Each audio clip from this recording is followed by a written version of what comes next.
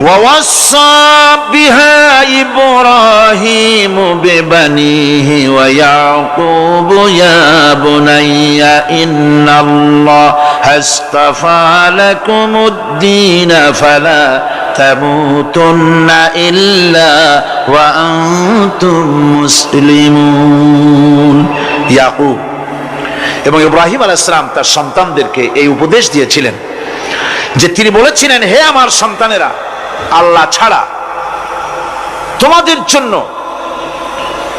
আল্লাহ পাক এই দ্বীনকে মনোনীত করেছেন। আল্লাহ পাকের আনুগত্য করবে, তার দ্বীনের প্রতি সারেন্ডার করবে। আর খবরদার মুসলমান না হয়ে যেন তোমরা মরে যেও না। মৃত্যু মুসলমান অবস্থায় থাকবে, অর্থাৎ মৃত্যু পর্যন্ত থাকবে কি অবস্থায়? মুসলমান অবস্থায়।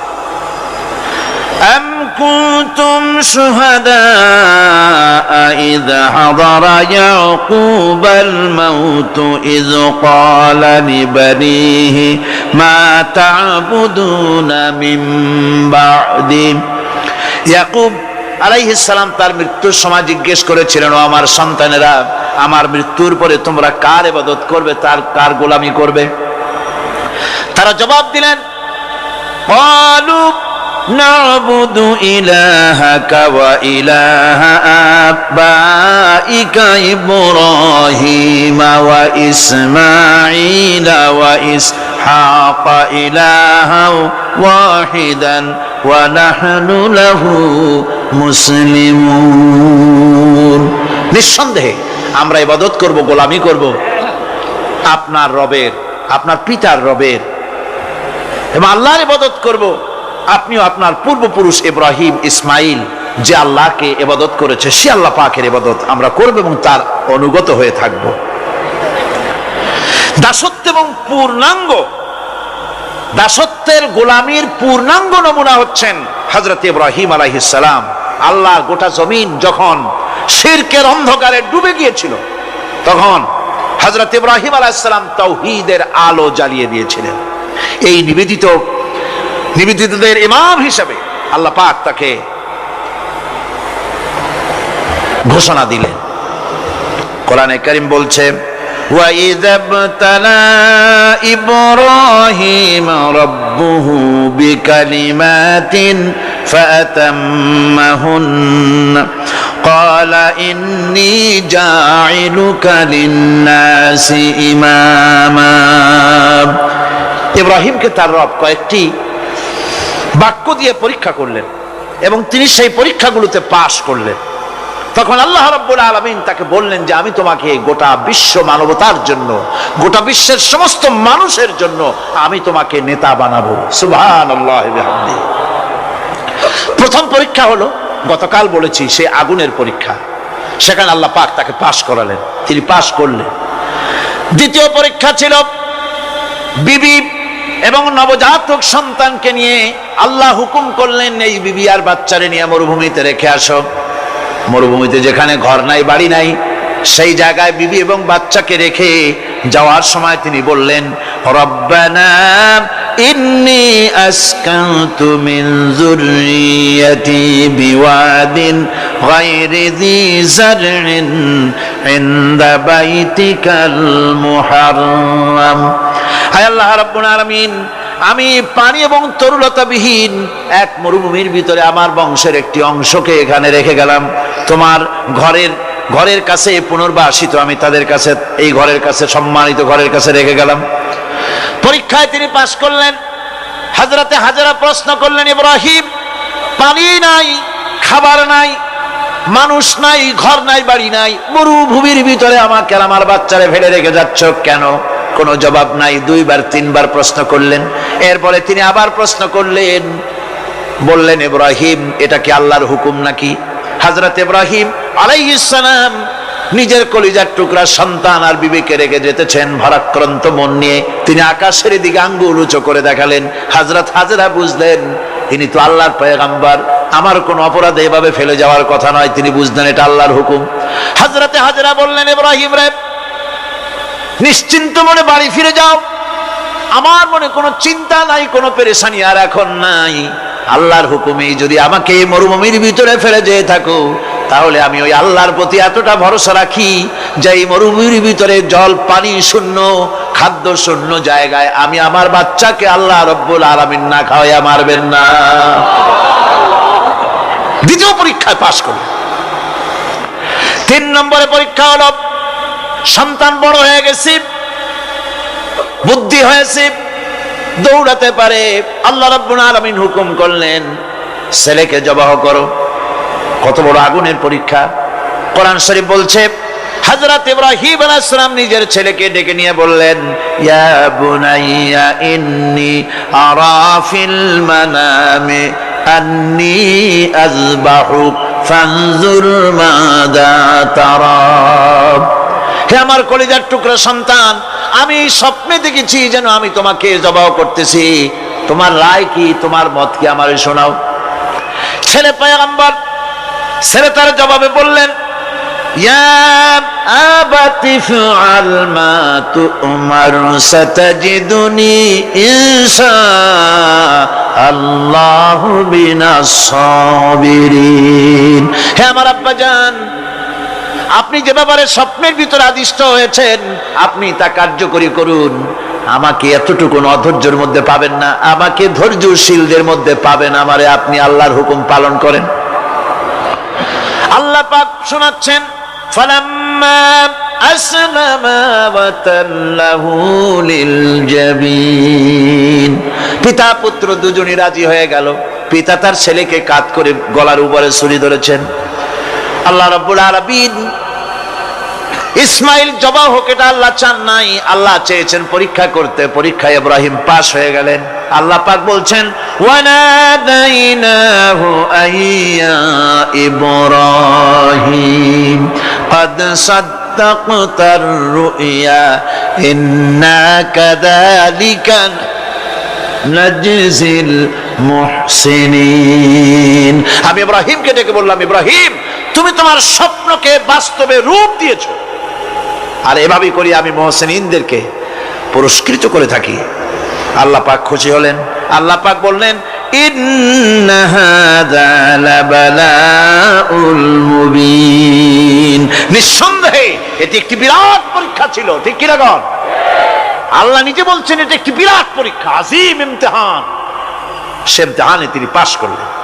পরীক্ষায় উত্তীর্ণ হওয়ার জন্য রব্বুল আলামিন পুরস্কার দিয়া দিলেন। আল্লাহ পাক বললেন, সালামুন আলা ইব্রাহিম। পড়েন সবাই, সালামুন আলা ইব্রাহিম। ইব্রাহিমের প্রতি আল্লাহ পাক বললেন, ইব্রাহিমের প্রতি সালাম রইল। সুবহানাল্লাহি ওয়া বিহামদিহি। ইবাদত এর আনুগত্যের এই উৎকৃষ্ট দৃষ্টান্ত স্থাপনের পর আল্লাহ পাক তার গোটা বিশ্বের মুসলমানদেরকে কিয়ামত পর্যন্ত ইব্রাহিম আলাইহিস সালামকে জাতির পিতা বানায়া দিলেন। সুবহানাল্লাহ কইতে ইচ্ছা করে না? এরকমের পরীক্ষা কোন পিতারা দিতে পারছে নাকি? গোটা বিশ্বের সমস্ত মানব মণ্ডলীর জন্য আল্লাহ পাক ইব্রাহিম আলাইহিস সালামকে কিয়ামত পর্যন্ত জাতির পিতা হিসাবে ঘোষণা করেছেন। সুবহানাল্লাহ। মিল্লাতা আবিকুম ইব্রাহিম হুয়া সাম্মাকুমুল মুসলিমিন। তোমরা তোমাদের পিতা ইব্রাহিমের মিল্লাতের উপর প্রতিষ্ঠিত হও। আল্লাহ পাক বলছেন, তোমাদের পিতা ইব্রাহিমের মিল্লাতের উপরে প্রতিষ্ঠিত হও, আর আল্লাহই তোমাদের নাম রেখেছে মুসলমান। তোমরা হচ্ছে মুসলমান। আমাদের পরিচয়, ওই যে পরিচয়ের কথা আগে হয়ে গেছে, আমাদের পরিচয় আমরা মুসলমান। আমাদের পরিচয় কি? মুসলমান। এটা প্রথম পরিচয়। ইবাদতের পূর্ণাঙ্গ মাপকাঠি হিসেবে আল্লাহ পাক হযরত ইব্রাহিম আলাইহিস সালামকে দুনিয়াবাসীর সামনে পেশ করেছেন। কোরআন বলছে, ইহুদি এবং খ্রিস্টানেরা মুসলমানদেরকে বিভ্রান্ত করতে চায়। তারা বলে, ওয়াকালু কুনু হুদান আও নাসারা তাহতাদু কুল বাল মিল্লাতা ইব্রাহিমা হানিফা ওয়া মা কানা মিনাল মুশরিকিন। ইহুদিরা বলে ইহুদি হও তবেই তোমরা সঠিক পথ পাবা, খ্রিস্টানের বলে খ্রিস্টান হও তবেই তোমরা সঠিক পথ প্রাপ্ত হবে। আল্লাহ পাক বলছেন এদের সকলকে বলে দাও বরং তোমরা সব পরিত্যাগ করে মিল্লাতে ইব্রাহিমের ভিতরে শামিল হয়ে যাও। এটাই মুক্তির পথ, এটাই নাজাতের পথ, এটাই আল্লাহর পথ। সুবহানাল্লাহি বিহামদি। এমনকি রাসূল করিম সাল্লাল্লাহু আলাইহি ওয়াসাল্লামকে আল্লাহ পাক বলেছেন আনিত্তাবি' মিল্লাতা ইব্রাহিম হানিফা, চারদিক থেকে মুখ ফিরিয়ে এনে মিল্লাতে ইব্রাহিমের ভিতরে শামিল হয়ে যাও, তারই অনুসরণ করো। রাসূল করিম সাল্লাল্লাহু আলাইহি ওয়াসাল্লাম ইবাদত বা আনুগত্যের সর্বোৎকৃষ্ট নমুনা হওয়ার কারণে ইব্রাহিম আলাইহিস সালাম সম্পর্কে হুজুর বলেছেন ইন্না ইব্রাহিমা খায়রুল বারিয়া, রাওয়াহু মুসলিম। হুজুর সাল্লাল্লাহু আলাইহি ওয়াসাল্লাম বলেছেন ইব্রাহিম হচ্ছেন জগতের সর্বোত্তম ব্যক্তি। সুবহানাল্লাহ। সুতরাং আমাদেরকে ইবাদতের নমুনা হিসেবে ইব্রাহিম আলাইহিস সালামকেও মানদণ্ড হিসেবে দেখতে হবে যে কিভাবে তিনি সারেন্ডার করেছিলেন আল্লাহ পাকের দরবারে। এখন আমি আপনাদের সামনে বলতে চাই, মানুষের জীবনে সবচাইতে বড় দুটি চাহিদা আছে, একটা হচ্ছে খাদ্য আর একটা হচ্ছে নিরাপত্তা। একটা খাদ্য আর একটা কি নিরাপত্তা। পেট ভরে খাইতে চাই আর চোর ডাকাতের উপদ্রব থেকে নিরাপত্তা পেতে চাই। আইন শৃঙ্খলা পরিস্থিতির উপরে যখন পার্লামেন্টে আলোচনা হচ্ছিল আমি তখন বলেছি, মাননীয় স্পিকার, আমার দেশের সাধারণ ভোটারদের বড় কোনো আশা আকাঙ্ক্ষা নাই। তারা কোনোদিন বলে না যে আমাদের গুলশানে বাড়ি দিতে হবে সকলের, আমাদেরকে মঙ্গল গ্রহে অফিস বানায় দিতে হবে, পাশেরও গাড়ি দিতে হবে, এগুলি তারা দাবি করে না। যারা ভোট দেয়, কষ্ট করে, মিছিল করে, এই সাধারণ জনগণের দাবি হচ্ছে মিনিমাম দাবি, খুবই কম। তাদের দাবি হলো মোটা সুতার কাপড় চাই ইজ্জত ঢাকার জন্য, পেট ভরে খেতে চাই, পোলাও কোরমা বিরিয়ানির দরকার নাই, আর আশ্রয়ের জন্য ছোট্ট একটু ঘর চাই, চোর ডাকাতের উপদ্রব থেকে নিরাপত্তা চাই। কথা ঠিক কিনা? আমি বললাম, স্পিকার সাহেব, আজ পর্যন্ত যতগুলি গভর্নমেন্ট এসেছে বাংলাদেশে, প্রত্যেকটি গভর্নমেন্ট আমার দেশের জনগণের এই ন্যূনতম দাবি, এই আশা পূরণ করতে ব্যর্থতার পরিচয় দিয়েছে। কেউ পারে নাই। যারাই গেছে তারাই তাদের নিজেদের আখের গোছাবার চেষ্টা করেছে। সব নিজেকে নিয়ে ব্যস্ত, নিজের লোকদের নিয়ে ব্যস্ত, জনগণ নিয়ে চিন্তা নাই। সুতরাং মানুষের চাহিদা হচ্ছে খাদ্য আর নিরাপত্তা। আমরা কি খাদ্য আর নিরাপত্তা সত্যি কি চাই? চাই। খাদ্য যদি চাই ক্ষুধার সময়, নিরাপত্তা যদি চাই ভীতির সময়, আল্লাহ রাব্বুল আলামিন বলেন কোন গভর্নমেন্ট দিতে পারবে না, দুনিয়ায় কেউ দিতে পারে নাই, পারবেও না। ক্ষুধার সময় যদি খাদ্য চাও, ভীতির সময় যদি নিরাপত্তা লাভ করতে চাও, তাহলে ফালইয়াবুদু রাব্ব হাযাল বাইত, এই ঘরের মালিকের ইবাদত কর। কোন ঘর? কাবা ঘর। বলেন কোন ঘর? কাবা ঘর। কাবা শরীফের মালিকের ইবাদত কর। তাহলে কি হবে? আল্লাযী আত'আমাহুম মিন জু'ইন ওয়া আমানাহুম মিন খাউফ। এই ঘরের মালিকের ইবাদত যদি করো, তাহলে ক্ষুধার সময় তিনি তোমাদেরকে খেতে দিবেন, আর ভীতির সময় তিনি তোমাদের নিরাপত্তা দান করবেন। এ ওয়াদা কার? চিল্লায় বলেন ওয়াদা কার? আল্লাহ পাকের ওয়াদা বিশ্বাস হলো না, এমনই পোড়া কপালের মুসলমান। নির্বাচন যখন আসলো, সলিমউদ্দিন সাহেব আসতেন মঞ্চের উপরে, পরিচয় করানো হচ্ছে। এত আপনারা যার বক্তৃতা শোনার জন্য দ্বীপ্রহরের রৌদ্রে কষ্ট করতেছিলেন, এখন সেই সংগ্রামী জননায়ক, বিপ্লবী সন্তান, তিনি এখন আপনাদের সামনে বক্তব্য রাখবেন। উনি দাঁড়ায় বললেন, ভাইয়ার আমার, বোনের আমার, আমি এবার বোতল মার্কা বাক্স নিয়ে দাঁড়াইছি, আমারে সকলে মিলে ভোট দেন। এবার যদি ক্ষমতায় যেতে পারি, না খাইয়া কেউ মরবেন না, কিন্তু কি খাইয়া মরবে তাও কয় না। মানুষেরা এই কথাগুলি বিশ্বাস করলার সমানে ভোট দিল। হায় রে কপাল! আল্লাহ বললেন আমার ইবাদত কর, আমার গোলামি কর জীবনের সব জায়গায়, তাহলে ক্ষুধার সময় খাইতে পারবি, আর ভীতির সময় নিরাপত্তা পাবি, আল্লাহর কথাটা বিশ্বাস হইল না। এই নামাজ পড়ার মুসলমানের দাম আছে, কম দাম আছে? এ রোজা রাখার দাম আছে? এ মুসলমান দাবি করার দাম আছে? আল্লাহ রাব্বুল আলামিন তিনি পরিষ্কার করে বলছেন, এই ঘরের মালিকের ইবাদত করো, তিনি ক্ষুধার সময়ে খেতে দিবেন, আর তিনি তোমাদেরকে ভীতির সময় নিরাপত্তা দান করবেন। চাউলের অভাব হবে না, পাটের অভাব হবে না, খাদ্যের অভাব হবে না, কারণ দুটি জিনিস যদি তোমরা করতে পারো খাবারের অভাব হবে না। ওয়ালাউ আন্না আহলাল কুরা আমানু ওয়াত্তাকাউ লাফাতাহনা আলাইহিম বারাকাতিম মিনাস সামাই ওয়াল আরদ। দেশের লোকেরা, জনপদের লোকেরা যদি দুইটা কাজ করে, এক নম্বরে হলো আমার উপরে ঈমান আনবে, দুই নম্বরে হলো আমাকে ভয় করার নীতি অবলম্বন করে যদি চলে, তাহলে ওই দেশের মানুষের জন্য আকাশ আর জমিনের সব বরকতের দরজা আমি আল্লাহ খুলে দেব। আল্লাহর ওয়াদা। আল্লাহ পাকের নিকট মানুষের সবচাইতে বড় দাবি কি? আল্লাহর কাছে মানুষের সবচাইতে বড় দাবি কি করতে পারেন? পারেন না। আল্লাহ পাকের কাছে মানুষের শ্রেষ্ঠ দাবিটা আল্লাহ নিজেই শিখাই দিয়েছেন। আমার কাছে দাবি কর, ইহদিনাস সিরাতাল মুস্তাকিম। আয় আল্লাহ, একটা সোজা, একটা সরল রাস্তা আমারে দাও, একটা সহজ পথ আমারে দাও। এই কথা সূরা ফাতিহা দাবি করার পর আল্লাহ রাব্বুল আলামিন এই অভিনন্দনের জবাবে, 7টা বাক্যের অভিনন্দনের জবাবে আল্লাহ রাব্বুল আলামিন 30 পারা কোরআন শরীফ নাজিল করে দিলেন। সূরা ফাতিহার এই সওয়ালের জবাবে আল্লাহ পাক বললেন, ওয়া আনি'বুদুনি হাদা সিরাতুম মুস্তাকিম। সোজা রাস্তা চাও, আমার গোলামি করো, ইবাদত করো। সব জায়গায় ইবাদত, গোলামি করাই লাগবে। আমার কাছে সোজা রাস্তা চাও, সোজা রাস্তা হলো আমার গোলামি করা। কার গোলামি? বেহেশতে যেতে চান? আমি আস্তে জিজ্ঞাসা বলে আপনারও আস্তে জবাব দিলেন। বেহেশতে যেতে চান?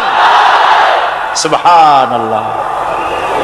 এমন কোন মানুষ আছে নাকি যে বেহেশতে যেতে চায় না? মদ খোরও যাইতে চায়। সবাই, আমরা সবাই বেহেশতের আশা করি, ঠিক কিনা? আল্লাহ রাব্বুল আলামিন বলেন, বেহেশতে যদি যেতে চাও তাহলেও ইবাদত করা লাগবে, ইবাদত ছাড়া জান্নাতে যাওয়া যাবে না। ফাদখুলি ফি ইবাদি ওয়াদখুলি জান্নাতি। সর্বপ্রথম আমার বান্দার মধ্যে দাখিল হয়ে যা, আমার গোলামির মধ্যে দাখিল হওয়া, আমার গোলাম হয়, এরপরে আমার জান্নাতে চলে যা। আগে গোলাম হবি, তারপরে কোথায় যাবি? জান্নাতে যাবে। আগে গোলাম হ, আগে গোলামির খাতায় নাম লেখা, আগে সত্যিকারের আমার বান্দা হ, গোলাম, এরপরে জান্নাতে যাওয়া যাবে। জান্নাতে যাইয়া আল্লাহর সাথে কি দেখা করতে চাই? আল্লাহর সাথে দেখা করতে চাই। আল্লাহ রাব্বুল আলামিন বলেন, ফামান কানা ইয়ারজু লিকা রাব্বিহি ফালইআমাল আমালান সালিহান ওয়া লা ইউশরিক বিইবাদাতি রাব্বিহি আহাদা।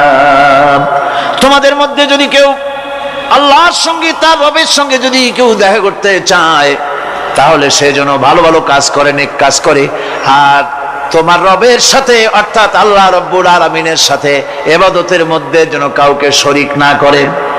শিরক যদি না করো, খাঁটি গোলাম, খাঁটি বান্দায় যদি পরিণত হতে পারো, কিয়ামতের দিন আল্লাহ রাব্বুল আলামিনের সঙ্গে দিদার নসিব হয়ে যাবে। এই গোলামি করব কতদিন? কতদিন গোলামি করব? এই প্রশ্নের জবাবে আল্লাহ রাব্বুল আলামিন কোরআনে কারীমের মধ্যে জবাব দিয়ে দিয়েছেন, ওয়া'বুদ রাব্বাকা হাত্তা ইয়াতিয়াকাল ইয়াকিন। মৃত্যু পর্যন্ত, যতক্ষণ না নাক দিয়ে শেষ প্রশ্বাসটি, নিঃশ্বাসটি বেরিয়ে যাচ্ছে, ততক্ষণ পর্যন্ত আনুগত্য, গোলামি সবটা হবে কার? জোরে চিল্লায় এখন কার? এই গোলামি জীবনের সব ক্ষেত্রে করতে পারলে আমরা মুসলমান, আর করতে না পারলে মুসলমান নামে মুনাফিক। না পারলে কি? মুনাফিক। বন্ধুগণ, ইয়াকা না'বুদু, পর্যন্ত বলে ওয়া ইয়াকা নাস্তাইনের কথাটা শোনাচ্ছি। সূরা ফাতিহার ভিতরে আমরা পড়ি, পড়েন আমার সাথে, ইয়াকা না'বুদু ওয়া ইয়াকা নাস্তাইন। হে আল্লাহ, একমাত্র তোমার গোলামি করি আর একমাত্র তোমার কাছে সাহায্য চাই, তুমি ছাড়া কারো কাছে সাহায্য। এটা কি ঠিক? এটা কি আমাদের মনের কথা, ইমানের কথা? আল্লাহ করুন, আল্লাহ করুন, বলি আমিন। হাদিস শরীফে বলা হয়েছে, ইজা সাআলতা ফাসআলিল্লাহ ওয়া ইজা ইসতাআনতা ফাসতাইন বিল্লাহ। কিছু চাইতে হলে আল্লাহর কাছে চাও, কিছু বলতে হলে, ভিক্ষা করতে হলে আল্লাহর কাছেই ভিক্ষা করো। কার কাছে ভিক্ষা করবেন? আল্লাহর কাছে বলুন। আমার বন্ধুগণ, আমি আমার ঈমান থেকে কথা বলি, আমি আমার ঈমান থেকে কথা বলি। কোরআন এবং হাদিস পড়ে যতটুকু আল্লাহ বোঝার তৌফিক দিয়েছেন সেই কথাগুলি পেশ করার জন্য চেষ্টা করি। বন্ধুগণ, এদিক ওদিক কোনো দিকে না ঘুরে মসজিদে যান, মসজিদে গিয়ে নামাজ পড়েন আর আল্লাহর কাছে হাত পেতে আল্লাহরে বলেন। সেজদা গিয়া যখন রব্বুল আলামিনের দরবারে কিছু চাইবেন, হুজুরের কাছে জিজ্ঞেস করা হয়েছে, হুজুর, বান্দা কখন আল্লাহর নিকটবর্তী হয়ে যায়? আল্লাহর নবী বলেছেন, বান্দা যখন সেজদা দেয় তখন বান্দা একেবারে আল্লাহ পাকের কাছে চলে যায়। আল্লাহর কাছে চান, যা দরকার, ছেলে নাই, মেয়ে নাই, বউ নাই, অথবা চাকরি নাই, প্রমোশন চাই, ব্যবসায় উন্নতি চাই, যা দরকার কাকে বলবেন? মনটাকে পরিষ্কার করুন, আজকে মনটাকে সাফ করুন, সমস্ত দুর্বলতা থেকে মনকে উঠায় আনো, বিশ্বাস করুন, যা চাওয়ার, যা বলার সবটা আল্লাহর কাছে। কার কাছে? আমি তার গোলাম। আমি কার গোলাম? আল্লাহ ছাড়া কারো কাছে আমার অভিযোগ তুলবো না, সবটা বলবো আল্লাহর কাছে। বলে দেখেন, বলে দেখেন আল্লাহ পাক কিভাবে আপনাকে সাহায্য করেন। সুবহানাল্লাহ। ভাইরা আমার, আল্লাহ রাব্বুল আলামিন রাসূল করিম সাল্লাল্লাহু আলাইহি ওয়াসাল্লামকে বলেছেন, ফাইদা ফারাগতা ফানসাব ওয়া ইলা রাব্বিকা ফারগাব। যখন তুমি খালি হাত হয়ে যাবে, দাঁড়িয়ে যাবে এবং তোমার রবের কাছে মিনতি জানাবে, কিছু যখন থাকবে না, তোমার রবের কাছে দাঁড়ায় যাও আর তার কাছে মিনতি জানাও, তোমাকে আল্লাহ ভরপুর করে দিবেন। ভান্ডের কোনো অভাব নাই। আমাদের ভান্ড হচ্ছে যত দেব তত কমবে, আর আল্লাহর ভান্ড যত দেয় তত সমান সমান থাকে, মোটেই কমে না, মোটেই কমে না। সুতরাং দয়াল বাবা, বাবাজান, কেবলাজান বাবা কি যে কবে আর কি করবে দিশা করতে পারে না। গান বাজনা, তারপরে গোসল শরীফ, কি জানি হাবিজাবি শরীফ, কোন শেষ বেদাত দিয়ে ভরে গেছে। এগুলি বিশ্বাস করবেন না, বিদআত খারাফা, এর সাথে মুসলমানের কোনো সম্পর্ক নাই। গান বাজনার সাথে মুসলমানের কোনো সম্পর্ক। হাতে কতগুলো ঢোল নিয়ে তারপরে মাজারের কাছে গিয়ে ঢোল বাজায়, কবরের কাছে, মাথায় কতগুলো চুল, দাঁতে ময়লা, মোষগুলা ঠোঁট দুইটা ঢাইকিয়া দাড়ির কাছে এসে পড়ছে। হায় হায় রে, এই রকমের মোষ আমি মাঝে মধ্যে চিন্তা করি যে দই খায় কেমনে এরা, গাঁজা মদ খাইয়া এগুলো মাজার মধ্যে গিয়ে পড়ে থাকে। আর কি জানি আছে ওইটারে ঘষে আর বলে মদিনা যাব কেমনে, মদিনা যাব কেমন। তুই মদিনা যাবি কেমনে? মদ খেয়ে গাঁজা খেয়ে তুই যাবি মদিনা? একটা কথা হইল? তোর নাপাক কদম আল্লাহ পাকের আরদে মুকাদ্দাসে উঠতে পারে না।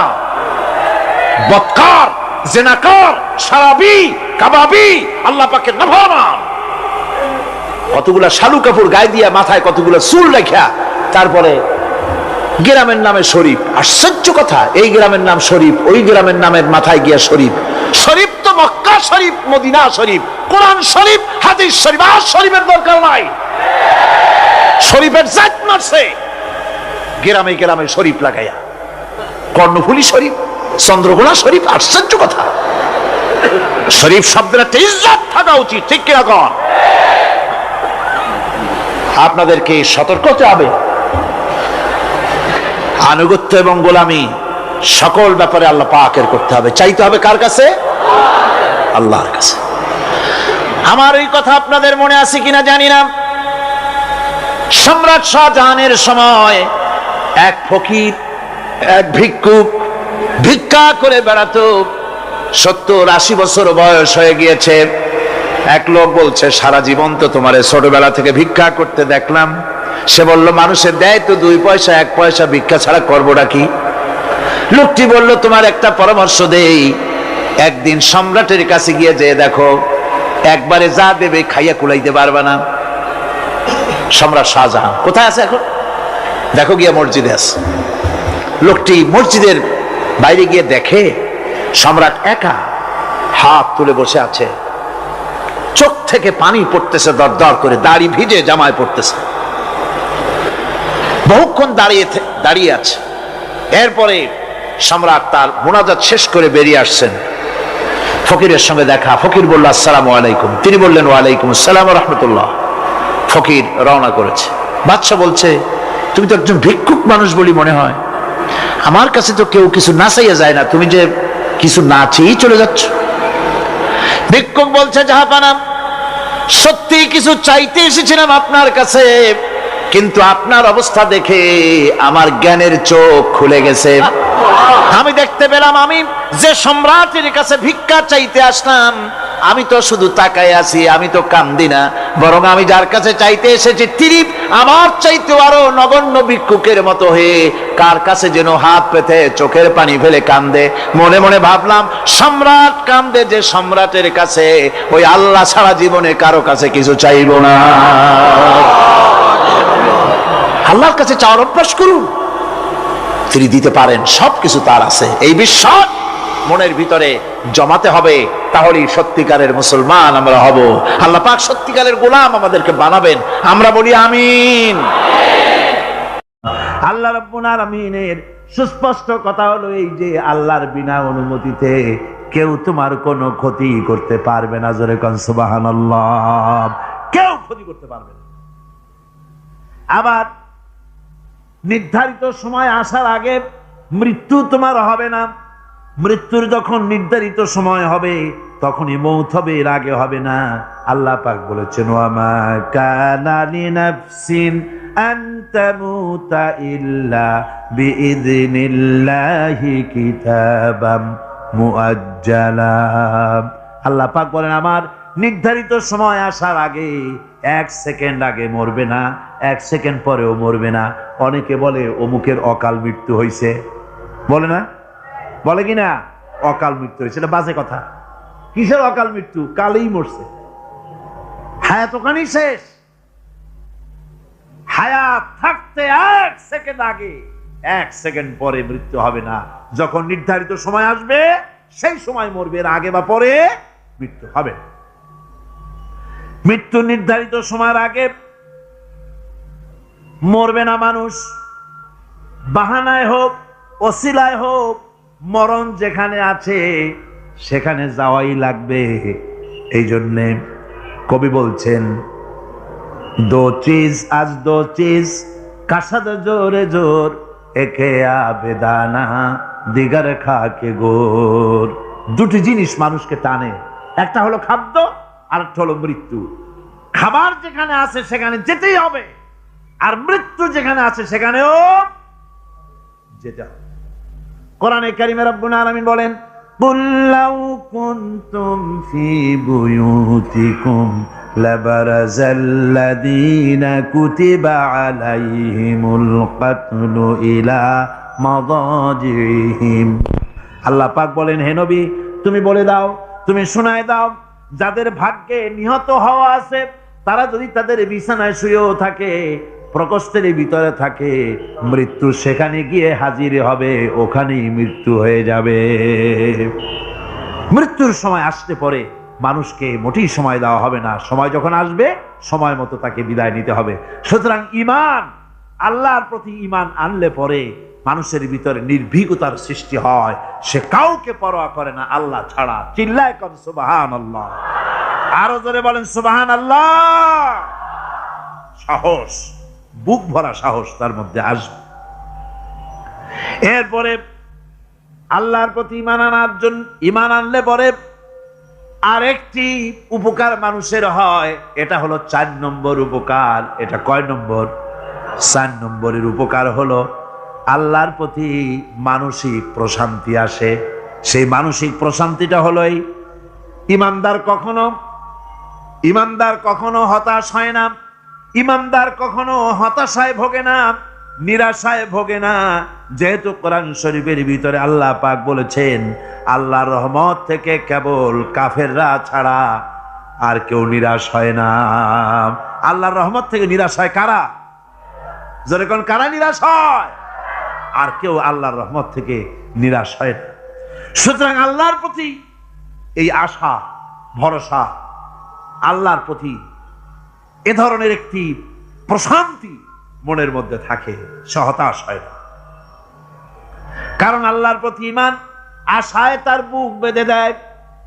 আল্লাহ পাক কোরআনে কারীমের মধ্যে বলেছেন আল্লাযী খালাকানি ফাহুয়া ইয়াহদিন। আল্লাহ ইব্রাহিম আলাইহিস সালামের মুখ দিয়ে কথা বলাছেন। আল্লাহ হচ্ছেন তিনি যিনি আমাকে সৃষ্টি করেছেন আর আমার হেদায়েতের রাস্তাও তিনি দেখিয়ে দিয়েছেন। ওয়াল্লাযী হুয়া ইউতঈমুনি ওয়া ইয়াসকিন। আর আমি যখন ক্ষুধার্ত হই তিনি আমারে খাওয়ান, আর আমি যখন তৃষ্ণার্ত হই তিনি আমারে পান করান। কে খাওয়ান? কে খাওয়ান আর পান করান কে? আল্লাহ পাক বলেন ওয়াইদা মারিতু ফাহুয়া ইয়াশফিন। ইব্রাহিম আলাইহিস সালামকে দিয়ে আল্লাহ এই কথাও বলালেন আমি যখন অসুস্থ হই আমারে রোগ মুক্ত কে করে দেয়? বলেন না, কে করে দেয়? আল্লাহ রাব্বুল আলামিন রোগ মুক্ত করে দেন। হযরত আইয়ুব আলাইহিস সালামের ঘটনা কোরআনে কারীমের মধ্যে আল্লাহ রাব্বুল আলামিন উঠায় দিয়েছেন, বলে দিয়েছেন যাতে করে মুমিনেরা মনের মধ্যে আল্লাহর প্রতি আশা ভরসা আনতে পারে। রোগ হয়েছে হযরত আইয়ুব আলাইহিস সালামের, এত অসুখ, অসুখে রোগে শোকে আত্মীয় স্বজন স্ত্রী পুত্র পরিজন সব তারে ছেড়ে গেল, গায়ে পোকা হয়ে গিয়েছে। 1 বছর 2 বছর নয়, বছরের পর বছর ধরে রোগাক্রান্ত অবস্থায় আইয়ুব আলাইহিস সালাম আছেন। এবার সমস্ত শরীর ছেড়ে জিহ্বার মধ্যে পোকা হওয়া শুরু হয়ে গেছে। হযরত আইয়ুব আলাইহিস সালাম জিহ্বায় যখন পোকা শুরু হয়ে গেল, আল্লাহর দরবারে তখন তিনি ফরিয়াদ করে বলেছিলেন রব্বুল আলামিন, সারা শরীরে পোকা ধরলো, শরীর জরা জরা হয়ে গেল, রোগে শোকে শেষ হয়ে গেলাম, কোনো শিকায়ত করি নাই, এবার তো কথা না বলে পারি না মাবুদ, তুমি দয়া করে আমার জিহ্বায় পোকা দিও না। আমার জিহ্বাটা পোকা ধরেছে, দয়া করে পোকা জিহ্বায় দিও না, কারণ আমার জিহ্বায় যদি পোকা হয়ে যায় তাহলে তোমার মতো আল্লাহর জিকির আমি কি দিয়া করব? আমার জিহ্বাটা ভালো রাখো আল্লাহ। হযরত আইয়ুব আলাইহিস সালাম পড়েছিলেন আন্নী মাসানি আদ-দুররু ওয়া আনতা আরহামুর রাহিমিন। আয় আল্লাহ, আমি রোগাক্রান্ত হয়ে পড়েছি আর তুমি তো রহমান রহিম। দোয়া মঞ্জুর হলো, আল্লাহ পাক আইয়ুব আলাইহিস সালামকে রোগ মুক্ত করে দিলেন। রোগ হলে পরে কে সেরে দেয়? কে সেরে দেয়? আল্লাহর প্রতি এই আশা, এই ভরসা, এই চিন্তা থাকতে হবে। আল্লাহ পাক বলেন যখন আইয়ুব আমার কাছে দোয়া করল আমিও জবাব দিয়া দিলাম। কোন সুবহানাল্লাহ। আল্লাহ পাক বলেন ফাকাশাফনা মা বিহি মিন দুররি ওয়া আতাইনাহু আহলাহু ওয়া মিসলাহুম মাআহুম রাহমাতাম মিন ইনদিনা। আমি তার কষ্ট দূর করে দিলাম, তার হারানো স্বাস্থ্য ফিরিয়ে দিলাম এবং তার সাথী সঙ্গীদেরকে আমার পক্ষ থেকে আমার রহমত দিয়ে তার কাছে সব আবার আমি ফিরাইয়া দিলাম। সুতরাং মুমিন ব্যক্তি কখনো হতাশ হবে না। চতুর্দিকে দেখে বিপদ আর বিপদ, এই বিপদে সে হতাশ হয় না, আশায় বুক বেঁধে থাকে। নিরাশার আধারে তুমি হে আশার নূর, যেখানে বেরোবার কোনো পথ নাই সেখান থেকে পথ বের করে দেয় কে? চিল্লায় কোন কে দেয়? আমার আল্লাহ পাক। দেখেন হযরত ইউসুফ আলাইহিস সালাম হারায় গেলেন, মানে তার 11 ভাই ইউসুফ আলাইহিস সালামকে কুয়ার মধ্যে ফেলাই দিলেন। আর এসে তারা বলল যে ইউসুফ আলাইহিস সালামকে বাঘে খায়া ফেলেছে। এটা কি গল্প নাকি? এটা কোথায় আছে? কোরআন শরীফের মধ্যে আছে।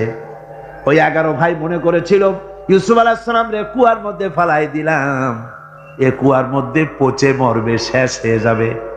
কিন্তু ওই 11 ভাই জানে না এটা কোনো কুয়া নয়, এটা হলো একটা সুড়ঙ্গ পথ, এটা হলো একটা টানেল। এক মুখে ইউসুফকে ফালাই দিল 11 ভাই, কুয়ার আর এক মুখ থেকে আল্লাহ হযরত ইউসুফকে বের করে মিশরের সিংহাসনে বসায়া দিলেন। ওরা বুঝে না, তাই চিরকাল পাপীরা আল্লাহর বান্দাদেরকে, আল্লাহর দ্বীনের গোলামদেরকে অত্যাচার করে, মনে করে শেষ করে ভালাবো। কিন্তু শেষ আল্লাহর গোলামেরা হয় না, ওরাই শেষ হয়। নির্মূল যারা করতে চায় ওরাই নির্মূল হয়ে যায়। টিকে থাকে কে? আল্লাহর গোলামেরা। টিকে থাকে কে?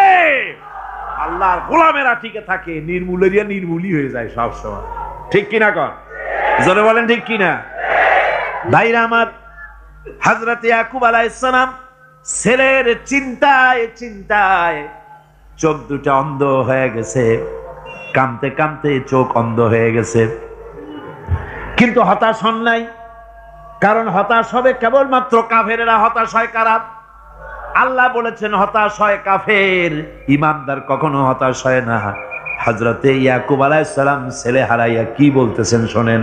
আল্লাহ তার কথা কোরআনে কারীমের ভিতরে আল্লাহ কি সুন্দর করে উঠায় দিয়েছেন।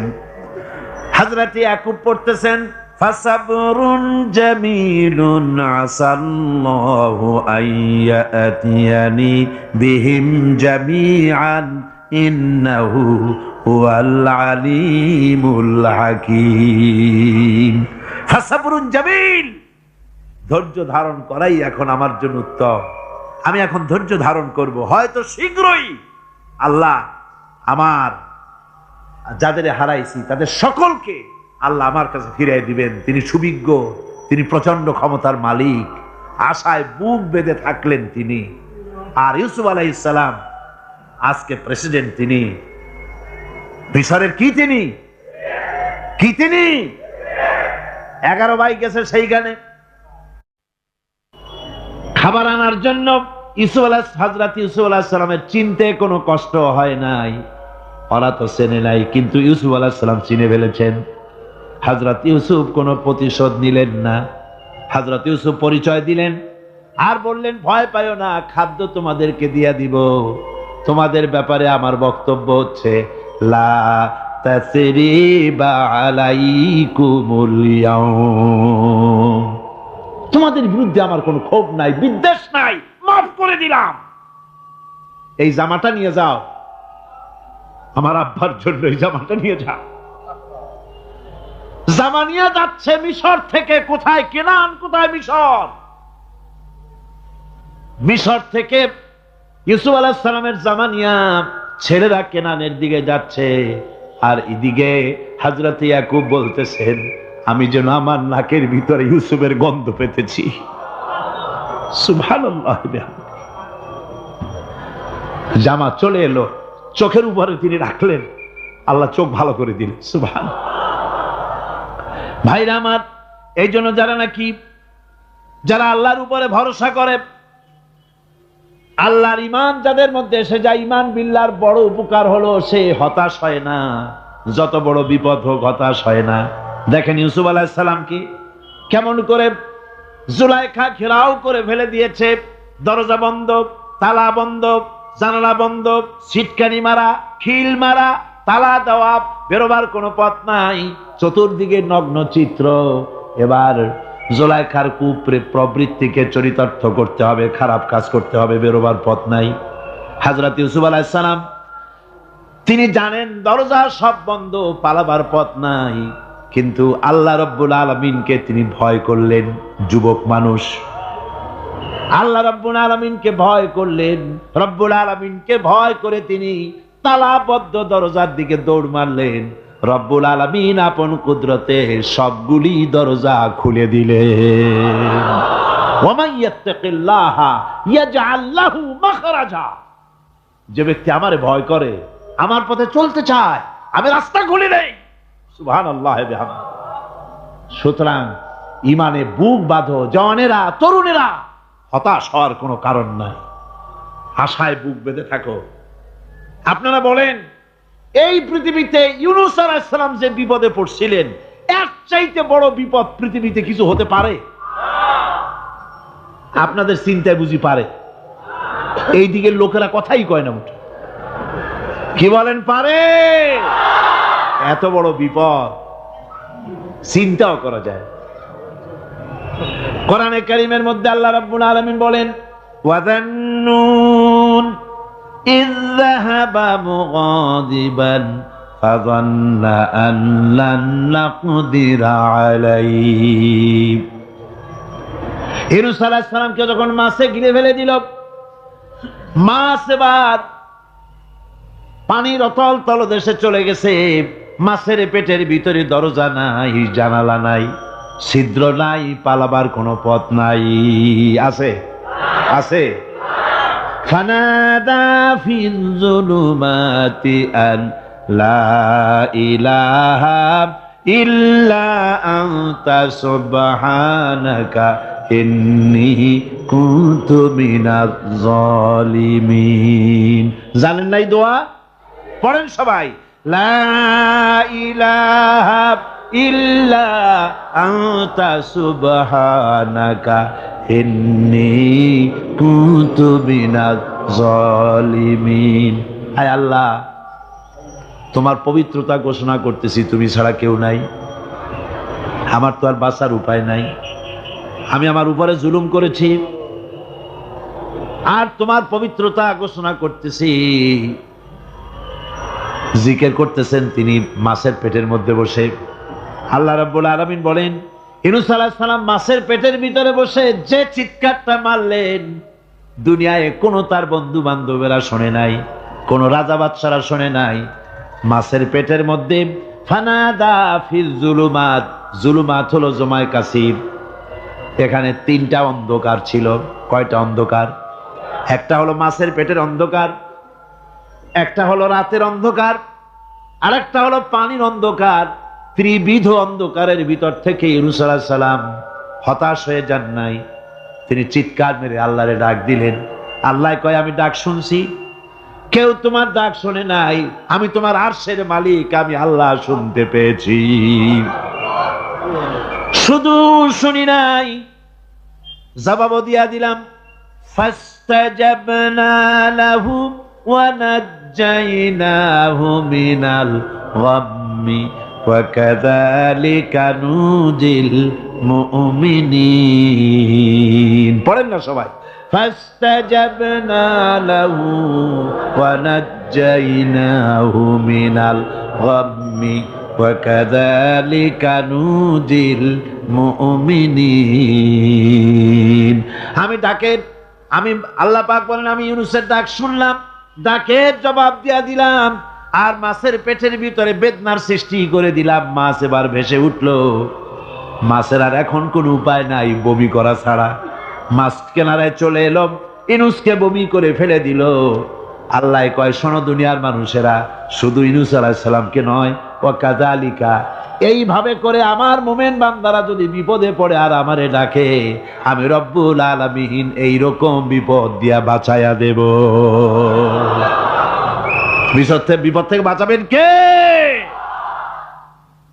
সুতরাং গতকালকের মতো আবারও বলি, বিপদ আসতে পরে মুসলমানেরা মাজারে দৌড়ায় বেশি। কন নাউজুবিল্লাহ, জোরে কন নাউজুবিল্লাহ। বিপদ আসে আর মাজারে চলে যায়, যাইয়া সেখানে কাঁদবে, মাজারের উপরে মাথা ঘা দিতে থাকে, পয়সা দেয়, মোনাজাত করে, কাঁদতে থাকে, মাজারওয়ালার কাছে বিপদ মুক্তি চায়। নাউজুবিল্লাহ পড়ে, আবারও কন নাউজুবিল্লাহ। বিশ্বাস করুন আমার ভাইরা, বিশ্বাস করুন, আল্লাহর কোরআন আমার হাতে। মাজারওয়ালার কাছে কানলে পরে ওই মাজারে যিনি শুয়ে আছেন, আল্লাহর কসম, তার কোনো ক্ষমতা নাই আপনাকে বিপদ থেকে বাঁচাতে পারে। আছে ক্ষমতা? জোরে বলেন আছে? পথ থেকে বাঁচাবে কে? কে বাঁচাবে? আল্লাহ। আপনারা টাকা দেন, আর ওই টাকাগুলি ওইখানে মাজারে বৈশা জনমের খাওয়া খায় মাজারের পাহারাদার এক শ্রেণীর পান্ডারা। টাকাগুলা মাথায় দেখবেন মাজার কেন্দ্র করে লাল লাল চাদর গায়, তারপরে শট, মাথায় জট, দাড়িতে জট, দাড়িতে জট, আর মোষ। হায় রে মোষ! 6টা টর্চ লাইট দিয়েও যদি আপনি খোঁজেন মুখ তালাশ করে পাবেন না, এত মোষ সমানে কাজা খায় আপনার পয়সা দিয়ে। ধর্মের নামের ব্যবসা করে। যাই দেখেন মাজার গুলো, প্রত্যেকটা মাজারে 5টা 10টা লোক বসা আছে। ঘাট ধরে বের করে দাও। আর বলো মাজারে বসে আছো কেন? মসজিদে যাও। কোথায় যাবে? কোথায় যাবে? মসজিদে। আল্লাহর থামো, আল্লাহর ওলিদের মাজার ঘেরাও করে রেখে দাও, যত্ন করে রেখে দাও। গরু, ছাগল, ভেড়া, হাবিজাবি কিছু যেন যেতে না পারে, যত্ন করে রাখো, সম্মান দিয়ে রাখো। কিন্তু তোমার ওখানে পাহারা দিতে বলছে কে? তুমি ওখানে বসে থাকো কেন? গুড় যেখানে পিঁপড়া সেখানে।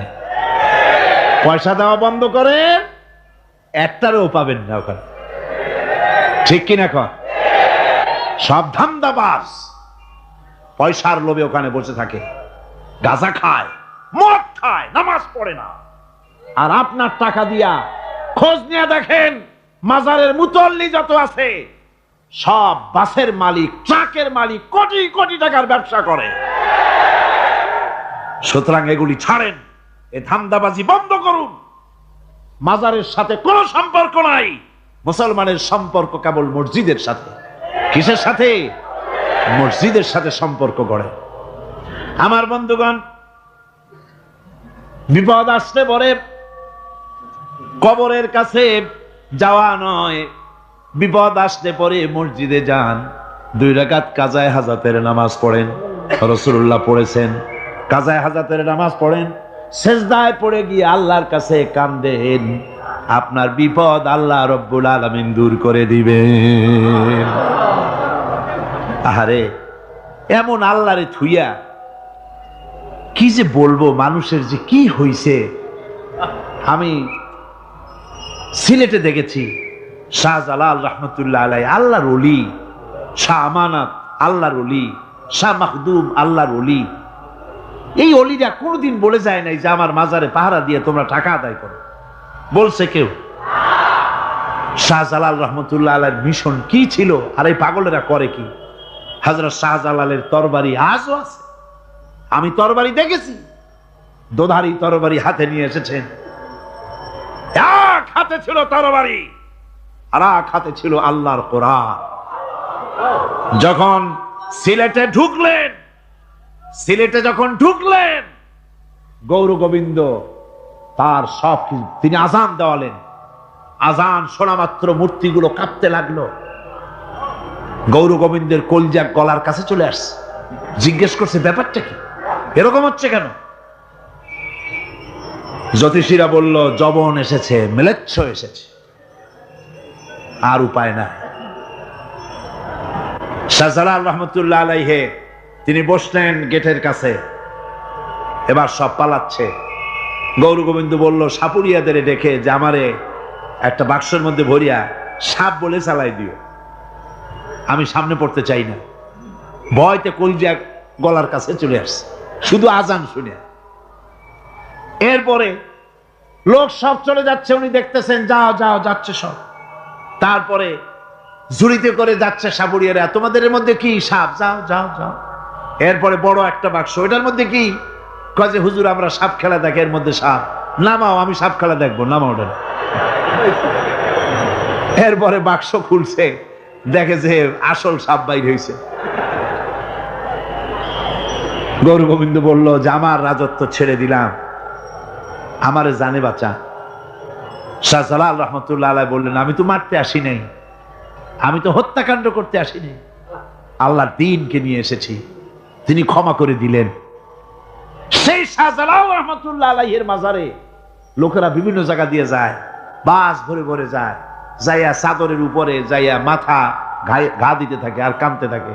কতগুলো গজাল মাছ আছে, বিরাট বিরাট গজাল, গায়ে শ্যাদলা পড়ে গেছে, দেখলে মনে হয় যেন রিটায়ার্ড অফিসার, এরকম মোটা। ওগুলারে মুড়ি খাওয়ায়, কলজা খাওয়ায়। একটা কুয়া আছে, পানি এত ফসা, কয় যে এইটার আর এক মুখ হলো জমজমের সাথে মিশানো। নাউজুবিল্লাহ। হায় রে মানুষ, মুসলমানের আকীদা হয় এত খারাপ, আকীদা বত্তর হয়ে গেছে। এগুলি ধর্মের নামের ব্যবসা, এগুলি জোরে বলেন কি? এই ব্যবসা বন্ধ করতে হবে, এই ব্যবসা বন্ধ করতে হবে। এরা ধর্মের নামে লুটেরা, চাদর দিয়ে, আগরবাতি দিয়ে, মোমবাতি দিয়ে, সেজদা দিয়ে মুশরিক হয়ে যাচ্ছে, ইসলাম থেকে খারিজ হয়ে যাচ্ছে। আমার কাছে রিপোর্ট এসেছে প্রচন্ড ভিড়ে মানুষের কষ্ট হচ্ছে,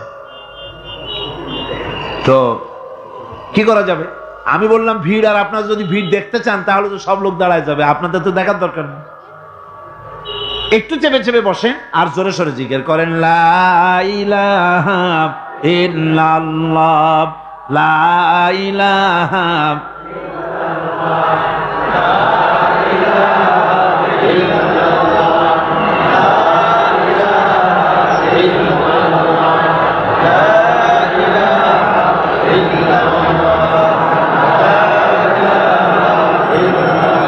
আপনি কিন্তু বসেই এগোতে পারতেন, দাঁড়ালে পরে ডিস্টার্ব হয়, হাঁটলে পরে ডিস্টার্ব হয়। নিজের কপালটারে খারাপ করেন না, এত সুন্দর আল্লাহর কথা শোনা থেকে নিজেকে মাহরুম করতে চেষ্টা করেন না। নিজেও শোনেন, অপরকেও শুনতে দেন। বসেন, মাজা ব্যথা করবে না, আল্লাহ মাজা ব্যথা ভালো বানায় দেবে যত সময় বসবেন। কোন আলহামদুলিল্লাহ। আপনারা বসছেন যে জায়গাটায়, এটা বেহেশতের টুকরা। এটা কি? এরা প্যারেড ময়দান নয়। মাজালিসুল ইলম হিয়া রাউযাতুম মিন রিয়াদিল জান্নাহ। হযরত আলী বলেছেন, যেখানে ইলম চর্চা হয়, কোরআন আলোচনা হয়, হাদিস আলোচনা হয়, সেটা কোনো সাধারণ জায়গা না, সেটা জান্নাতের টুকরা হয়ে যায়। জোরে কোন সুবহানাল্লাহ। কাজী বেহেশত থেকে শয়তানের জন্য বাইর করিয়া না দেয়, সতর্ক থাকেন।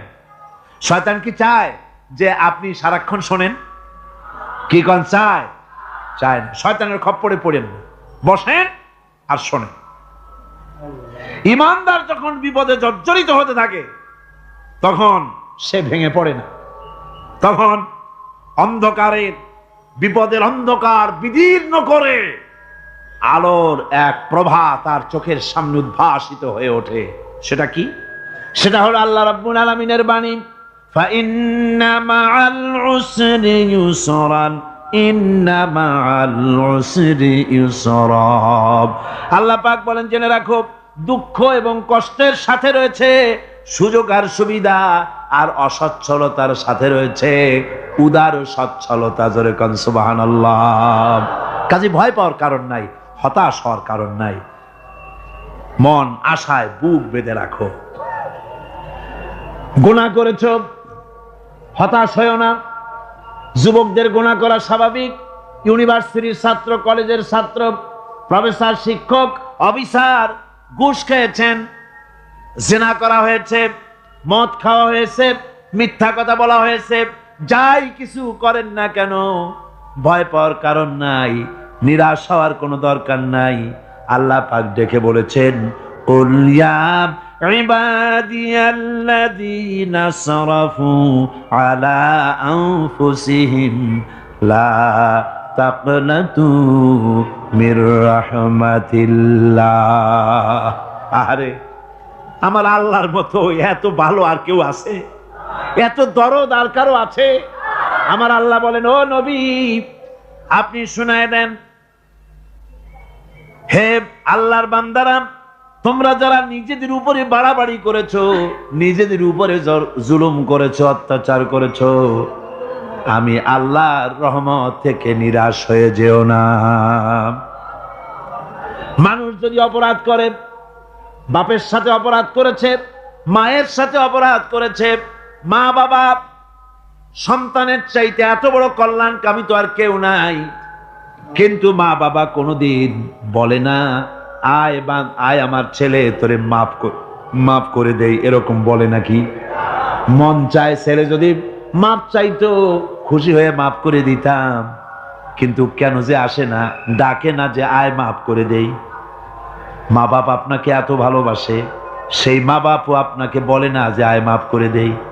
আমার আল্লাহ হচ্ছেন এমন আল্লাহ, আল্লাহ রাব্বুল আলামিন ডাকেন, এ বান্দা খুন করেছিস ফিরে আয়, জিনা করেছিস ফিরে আয়, হত্যা করেছিস ফিরে আয়, চুরি করেছিস ফিরে আয়, কুফরি করেছিস ফিরে আয়, সুদ খেয়েছিস, ঘুষ খেয়েছিস, মদ খেয়েছিস ফিরে আয়, এসে আমার দরবারে চোখের পানি ফেল, আমার দরবারে কাঁদাকাটি কর।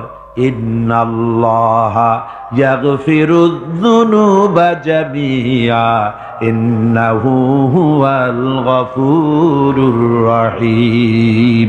আমার দরবারে চোখের পানি ফেলে কাঁদ, আমি রব্বুল আলামিন জিন্দেগীর গুনাহ মাফ করে দেব। সুবহানাল্লাহ কোন, সুবহানাল্লাহ কোন। আমার কাছে কাঁদ, চোখের পানি ফেল। আল্লাহ রাব্বুল আলামিনের কাছে বান্দার দুইটা ফোঁটা বেশি প্রিয়। একটা হলো জিহাদের ময়দানে যে রক্ত ফোঁটা দেওয়া হয়, এটা আল্লাহর কাছে প্রিয়।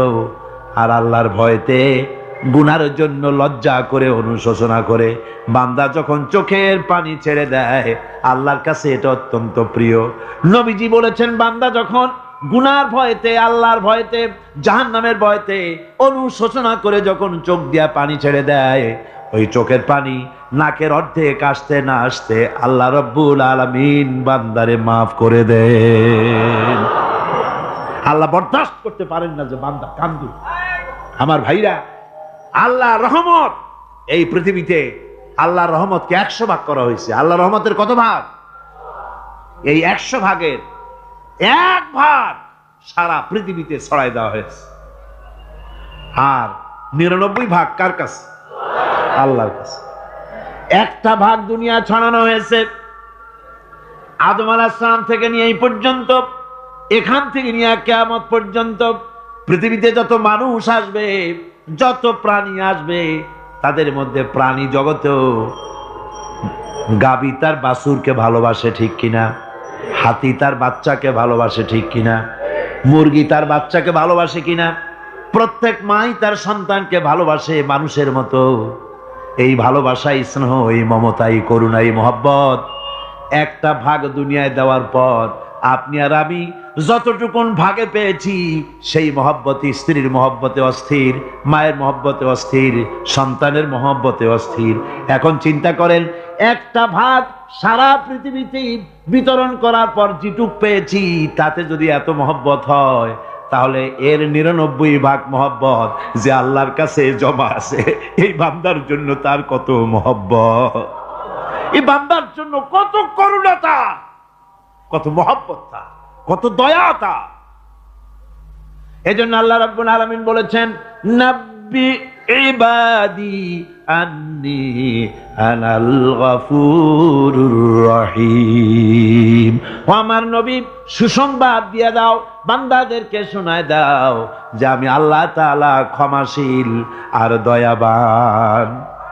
হুজুর কাঁদতেছিলেন, হযরত ওমর রাদিয়াল্লাহু তাআলা আনহু এসে দেখেন হুজুর একা কাঁদতেছে। হুজুর জিজ্ঞেস করছেন, হযরত ওমর জিজ্ঞেস করলেন, হুজুর আপনি কাঁদেন কেন একা একা? হযরত ওমর বলেন, আমি যখন প্রশ্ন করলাম, নবীজি বললেন, আমার কাছে কিছু আগে জিবরাইল এসেছিলেন। জিবরাইল এসে আমাকে বললেন, আল্লাহ পাক বলেছেন, হে আমার নবী, ইসলামের ভিতরে থেকে যে সমস্ত মানুষগুলো ইসলামের ভিতরে থেকে চুল আর দাড়ি পাকায় দিছে, কিয়ামতের দিন এই লোকগুলারে আমি শাস্তি দিতে আমার শরম হবে। হযরত ওমর বলেন, হুজুর উম্মতের জন্য কত বড় খোশ খবর এটা, আর আপনি কাঁদতেছেন। হুজুর বলেন, ওমর তুমি জানো না, আমার কান্নার কারণ ভিন্ন। আমার কান্নার কারণ হলো যে আল্লাহ রাব্বুল আলামিন কিয়ামতের দিন দাড়ি চুল পাকা বান্দারে শাস্তি দিতে শরম করবেন, সেই দাড়ি চুল পাকা বান্দাগুলি আল্লাহর সাথে নাফরমানি করতে শরম করে না।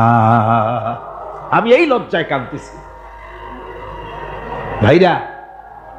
হুজুর আল্লাহ পাক বলেন, ও আমার নবী, রাতের আধারে যখন একটা বুড়া আমার দরবারে হাত উঁচু করে, একটা বুড়া মানুষ রাতের আধারে যখন আমার দরবারে হাত উঁচু করে আর যখন বলতে থাকে রব্বুল আলামিন, আমার পেছনের জীবনটা বড় খারাপ করেছি, এমন কোন কাজ জীবনে করি নাই যা তোমার কাছে কিছু দাবি করতে পারি, সব রকমের নাফরমানি করেছি, আজ আমি বুড়া হয়ে গেছি, কামাই করতে পারি না, ছেলে আমাকে চোখে দেখতে পারে না, পুত্রবধূ আমাকে ঘরে জায়গা দেয় না, আমার স্ত্রী আমাকে দেখতে পারে না, রোজগার করতে পারি না, হাঁটতে পারি না, চলতে পারি না, সবার কাছে আমি তিতা হয়ে গেছি, আমি দাঁড়াতে পারি না, কোমরে ব্যথা পাই, হাঁটুতে ব্যথা পাই, চলতে পারি না, কানে শুনতে পাই না, চোখে দেখতে পারি না, আর তোমার কাছে কিছু চাইয়া নেব এমন ভালো কাজও করি নাই। এইভাবে যখন বান্দা কাঁদতে থাকে আমার দরবারে, ও আমার হাবিব আমার রহমতের দরিয়ায় জোশ মেরে যায়, আমার শরম হয় এই বুড়াটারে কেমনে খালি হাতে ফিরাইয়া দেই। সুবহানাল্লাহ, সুবহানাল্লাহ। আমার আল্লাহর এত দয়া, আমার আল্লাহর এত মায়া, এত মহব্বত। আমার আল্লাহ রাব্বুল আলামিন বলেন, وَإِذَا سَأَلَكَ عِبَادِي عَنِّي فَإِنِّي قَرِيبٌ। ও আমার হাবিব, আমার বান্দা আমার ব্যাপারে প্রশ্ন করে, আমি বান্দার একদম নিকটে। কোরআন শরীফের ভিতরে যত জায়গায় রাসূলকে বলা হয়েছে সুয়ালের কথা, আপনাকে প্রশ্ন করা হয়, আল্লাহ তার জবাব কুল এই কথা বলে জবাব দিয়েছেন। যত জায়গায় সুয়াল এসেছে, যেমন কোরআনে কারীমের মধ্যে আল্লাহ পাক বলেন, ওয়ায়াসআলুনাকা আনিল মাহিদ, মেয়েদের হায়েজ সম্পর্কে জিজ্ঞাসা করা হয়, কুল হিয়া আযা, হে নবী আপনি বলুন। এভাবে করে কুল দিয়ে জবাব দেওয়া হচ্ছে। আবার প্রশ্ন করা হচ্ছে, ওয়ায়াসআলুনাকা আনিল আনফাল, এই গনিমতের মাল সম্পর্কে হুজুর আপনাকে, হে নবী আপনাকে প্রশ্ন করা হয়। আল্লাহ কুল দিয়া জবাব দিলেন, আল্লাহ বলেন আপনি বলেন। ওয়ায়াসআলুনাকা আনিল খামরি ওয়াল মাইসির, আল্লাহ পাক বলেন নবী আপনারে প্রশ্ন করা হয়, কুল ফীহিমা ইসমুন কাবীর, আল্লাহ কুল দিয়া বললেন তুমি বলো।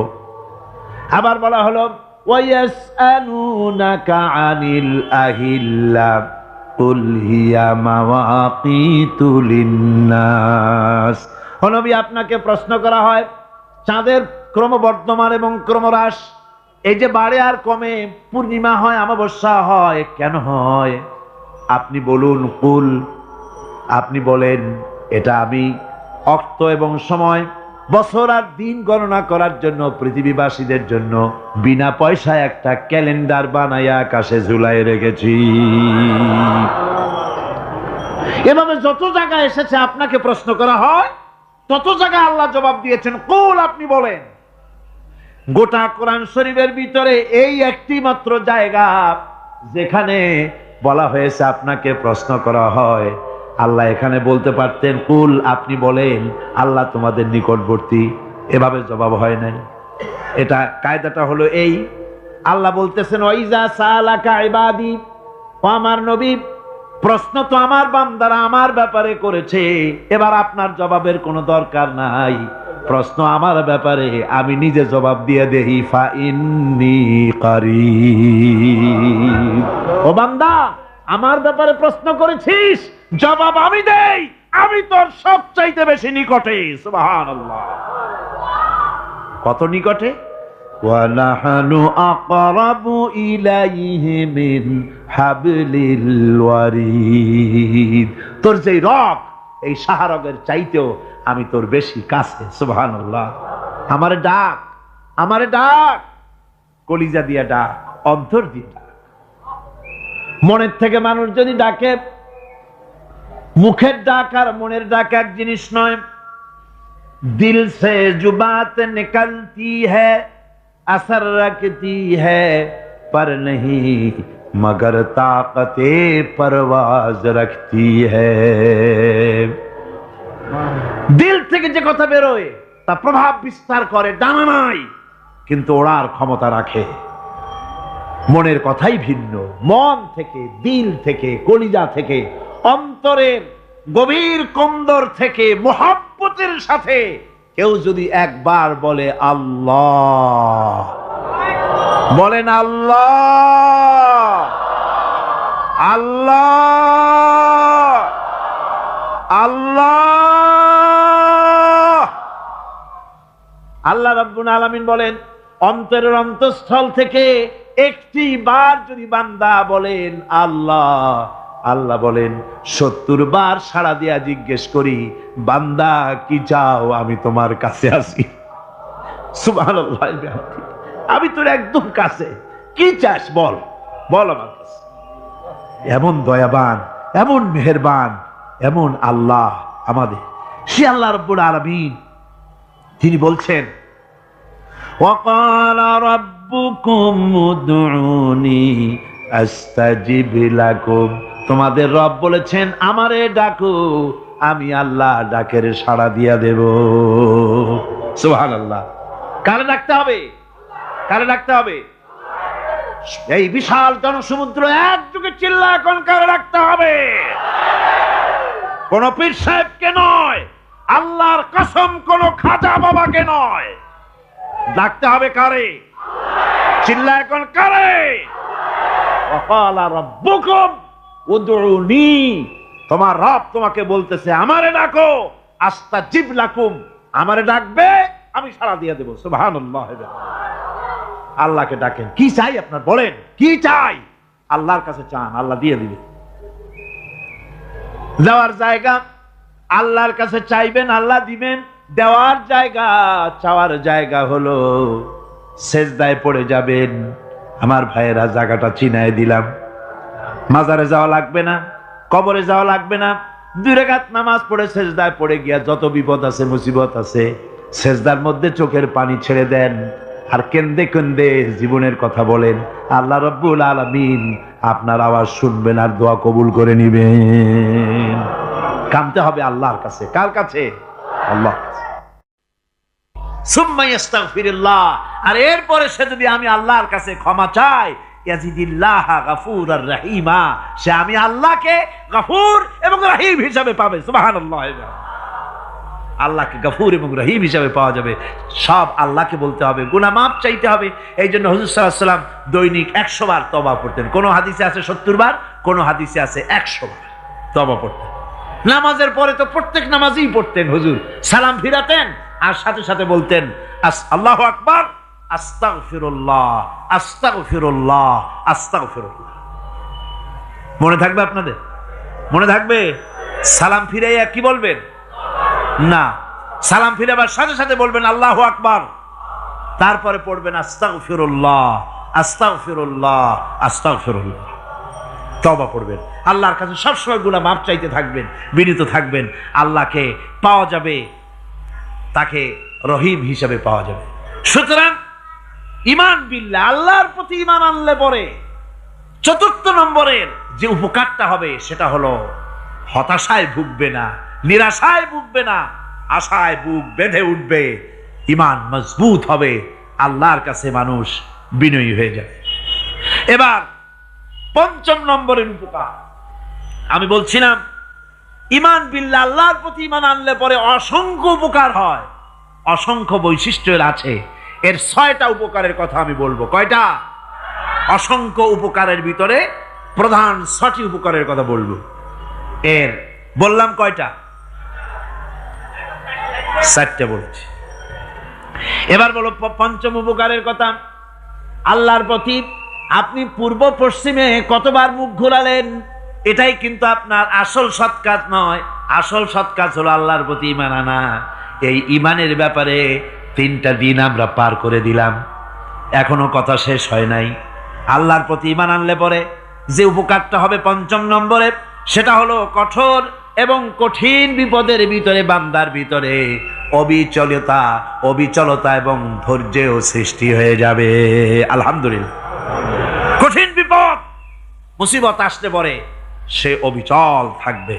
সারা দুনিয়ার বিপদ আপদ, শত্রুতা, দুঃখ, কষ্ট, মুসিবত, জুলুম, নির্যাতন সবকিছু পাহাড়ের মতো উঁচু হয়ে তাকে ঘিরে ফেলবে, কিন্তু তাকে এক চুলও নাড়াতে পারবে না।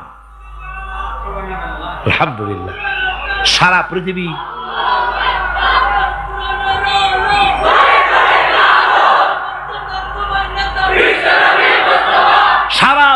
একদিকে আর সে একা একদিকে থাকবে।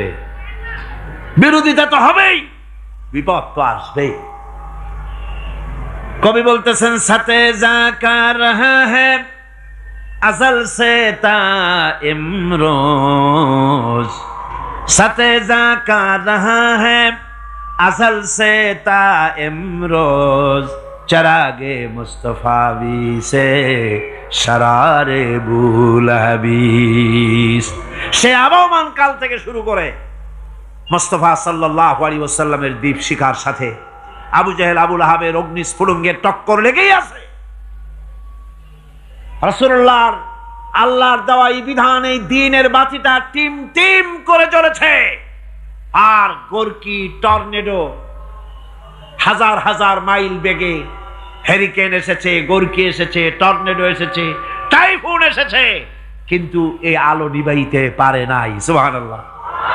এই আলো নিভাতে পারে নাই। এ শত্রুতা চিরকালের, নিভাতে পারবে না।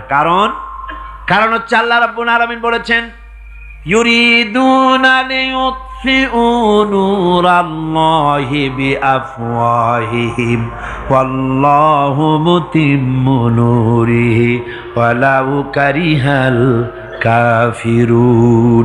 ওরা চায় মুখের ফু দিয়ে আমার আলোকে নিভিয়ে দেবে, কিন্তু আমি আমার আলোকে পূর্ণতা দান করব। তাতে কাফের বেঈমানদের কলজায় যত জ্বালা যন্ত্রণা হোক, আমার দ্বীন কেউ মিটাই দিতে পারবে না। সুবহানাল্লাহ। সুতরাং বিপদে অবিচলতা আসবে, সে অটল হবে, মজবুত হবে। কোরআনে কারীম বলতেছে, ওয়া কাযালিকা জাআলনা লিকুল্লি নাবিয়্যিন আদুওয়াম মিনাল মুজরিমিন। এই পৃথিবীতে এমনি করে আমি সকল নবীদের শত্রু বানিয়েছি, সব পাপিষ্ঠ অপরাধীদেরকে। নবীদের সাথে বিরোধিতা করেছে কারা? পাপিষ্ঠরা, অপরাধীরা। আজও খুঁজে দেখে, আজও ইসলামী আন্দোলনের বিরোধিতা যারা করে সবগুলি কি পাপিষ্ঠ? সত্য কিনা কর? ইসলামী আন্দোলনের বিরোধিতা যারা করে হিসাব করে, চোখ দিয়ে তাকায় দেখেন, খুঁজে দেখেন তাদের নামগুলি। মদখোর, জিনাকার, বদমাশ, চোর, হাইজাকার, বেনামাজি, লুটেরা, মিথ্যাবাদী, সবচাইতে সমাজের নিকৃষ্ট লোকগুলি ইসলামের বিরুদ্ধে করে।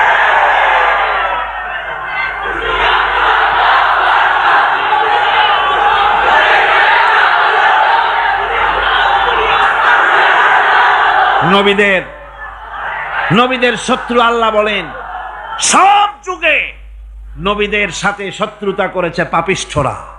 আল্লাহর কথা। কার কথা? সকল যুগে নবীদের সাথে শত্রুতা করেছে পাপিষ্ঠরা, নিকৃষ্ট ধরনের অপরাধীরা। সুতরাং নবী রাসূলদের অবস্থা যখন এই, তখন দ্বীনের দাওয়াত যারাই দেবে তাদের কিসমত এরকম হবেই। এই বাধার মোকাবেলা তাদেরও করতে হবে। এই যে বাধাটা আসে, এই যে মারে, অপরাধ কি? এই যে তারা চোর বা ডাকাত, যাদের মারা হয়। আল্লাহ রাব্বুল আলামিন বলেন, অপরাধ হলো ওয়ামা নাকামু মিনহুম ইল্লা আইয়ুমিনু বিল্লাহিল আজিজিল হামিদ। অপরাধ হচ্ছে ঈমানদার লোকদের উপরে নির্যাতন চালিয়েছে, অন্য কোনো কারণে নয়। কারণ একটাই, তারা আল্লাহর জমিনে আল্লাহর দ্বীন প্রতিষ্ঠা করতে চেয়েছে, আর কোনো অপরাধ না। জমিন আল্লাহর, জমিন কার? এই বিশাল জনসমুদ্র গর্জে উঠুন একযোগে, বলুন জমিন কার? আইন চলবে কার? এখানেই সংঘর্ষ বেঁধেছে আবহমান কাল ধরে। মানুষ অত্যাচারিত হয়েছে, সাহাবায়ে কেরাম অত্যাচারিত হয়েছেন। বুখারী শরীফের হাদিসে এসেছে রাসূল করিম সাল্লাল্লাহু আলাইহি ওয়াসাল্লামের কাছে হযরতে খাব্বাব গিয়ে উপস্থিত হয়েছিলেন। হযরতে খাব্বাব বলেন, হাদিসটা এভাবে লেখা হয়েছে বুখারীতে, ওয়ান খাব্বাব বিন আল-আরিদ রাদিয়াল্লাহু তাআলা আনহু قال شكونا إلى رسول الله صلى الله عليه وسلم وهو متوسد بردة له في ظل الكعبة। রাসূলুল্লাহর কাছে গেলাম, কাবা শরীফের কাছে গিয়ে দেখি নবীজি একটা চাদর গায়ে দিয়ে তিনি আরাম ফরমাচ্ছিলেন কাবা শরীফের ছায়ায়। সেখানে গিয়ে বললাম, আলা তাস্তানসিরু লানা আলা তাদউ লানা ইয়া রাসূলুল্লাহ, হে আল্লাহর রাসূল, আপনি কি আমাদের জন্য আল্লাহর কাছে দোয়া চাইবেন না? আপনি কি আল্লাহর কাছে আমাদের জন্য সাহায্য চাইবেন না? আমাদের লোকগুলিকে, মুসলমানগুলিকে মারতে মারতে তো শেষ করে ফেলে দিল। তারা আমাদের সুমাইয়াকে মারলো, আমাদের খাব্বাবকে উটের সাথে পায়ের দড়ি লাগায় টানলো, আমাদের খোবায়েবকে তারা আগুনের উপরে চিৎ করে শোয়ায় রাখলো, না খায় রাখতেছে, মারতেছে, কষ্টে তো শেষ হয়ে গেলাম। হুজুর, আপনি কি আমাদের জন্য দোয়া করবেন না? হাদিস শরীফে এসেছে নবীজি উঠে বসলেন সোজা হয়ে। নবীজি বলেন, ও আমার সাহাবী, ও খাব্বাব, শোনো, তোমাদের আগে এই পৃথিবীতে যারা দ্বীনের দাওয়াত দিতে এসেছিলেন তাদেরকে সমকালীন রাষ্ট্রশক্তি, সমাজ শক্তি তাদেরকে ধরত।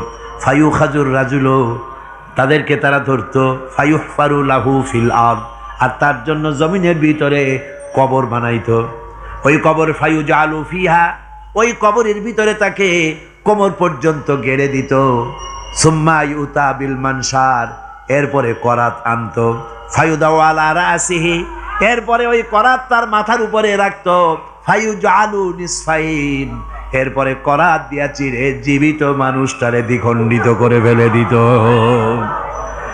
মা ইয়াসুদ্দুহু যালিকা আন দীনিহি, ও আমার খাব্বাব, এত কষ্ট দেওয়ার পরেও সেই যুগের কোন মুসলমানকে, দ্বীনের দায়ীদেরকে আল্লাহর দ্বীন থেকে এক চুলো তারা সরাই দিতে পারে নাই, এক চুলো সরাতে পারে নাই।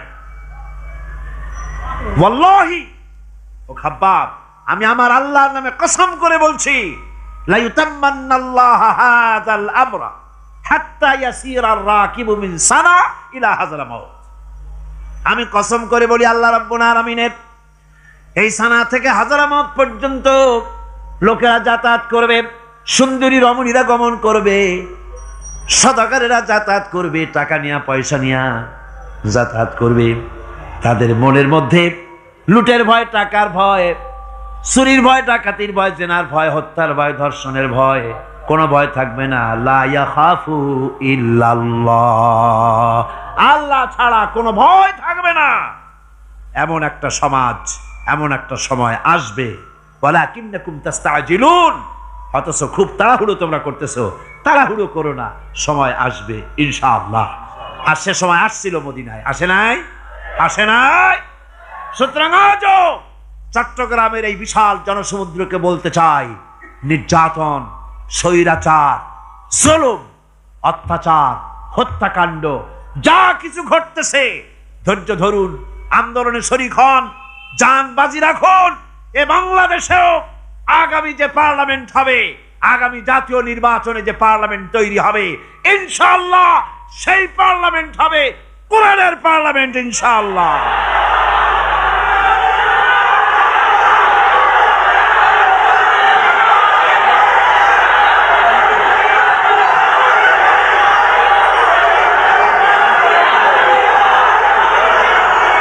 আমার ভাইয়েরা, আমার বন্ধুগণ, কঠিন বিপদে অবিচলতা এবং ধৈর্যের দৃষ্টান্ত রেখে গেছেন আম্বিয়া আলাইহিমুস সালাম। সুবহানাল্লাহ। কঠিন বিপদে অবিচলতা, দৃঢ়তা, ধৈর্য কারে বলে, তার দৃষ্টান্ত কারা রেখেছেন? আম্বিয়া আলাইহিমুস সালাম। ওনারাই আমাদের আদর্শ, নবীরাই আদর্শ। সাহাবায়ে কেরাম রিদওয়ানুল্লাহ তাআলা আলাইহিম আজমাইন আমাদের আদর্শ। ভাইরা আমার, মুসা আলাইহিস সালামকে ফেরাউন যখন ঘিরে ফেলে দিল, কোরআনের সব কথা গল্প গুজবার ইতিহাসের জন্য লেখা হয় নাই। কোরআনের মধ্যে যা লেখা হয়েছে সব বান্দাদের উপদেশের জন্য, যাতে করে লোকেরা চিরটা কাল এর থেকে উপদেশ নেওয়া নিজেদের তৈরি করতে পারে। জোরে বলেন সুবহানাল্লাহ।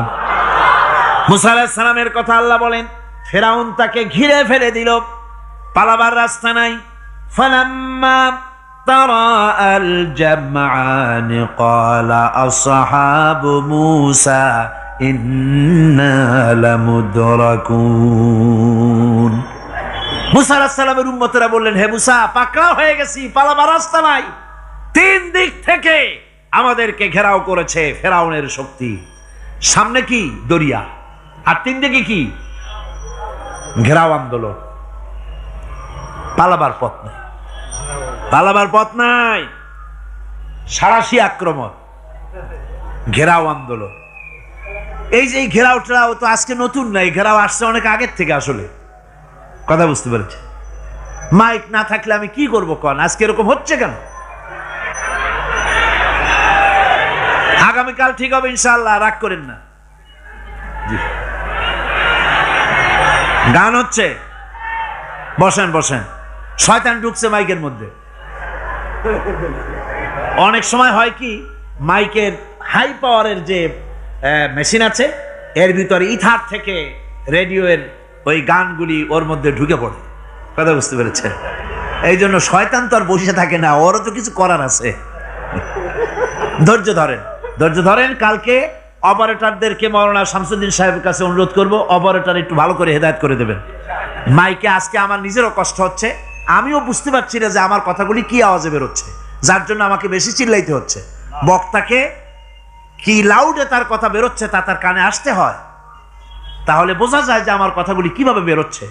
এটা এই অবস্থায় সিচুয়েশন আজকে নাই, এবং লোকেরাও মাইকের ব্যাপারে আজকে অভিযোগ করেছে, যা বিগত 16 বছরে করে নাই।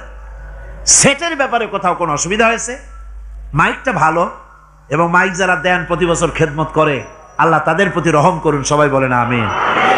এদেরকে রাগ করে পথে পাই আবার মারধর করেন না। সিলেটের যে তাফসির মাহফিল হয়, বিগত 19 বছর তাফসির করেছি একটানা, এবার 20 বছর পুরো হবে ইনশাআল্লাহ। সিলেটে একটানা 20 বছর তাফসির করতেছি সেখানে। তো মাইক, যে একটা লোক বিনা পয়সায় মাইক দেয়, মাইকের ভাড়া সে নেয় না। তাফসিরে মাহফিলের মাইকের ভাড়া নেয় না।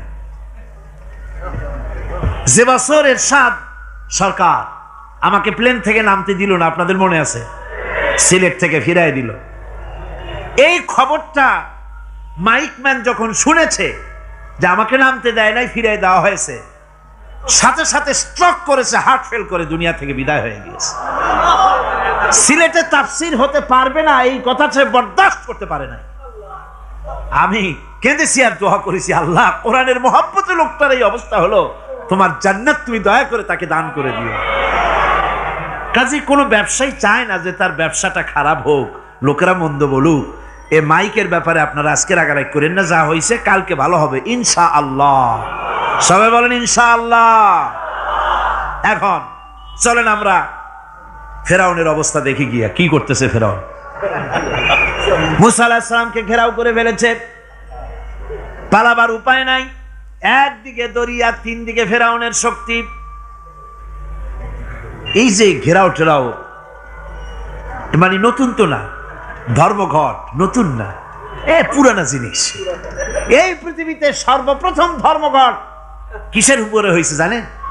এই পৃথিবীর প্রথম ধর্মঘট হয়েছে পেঁয়াজ, রসুন আর ডাইলের উপরে।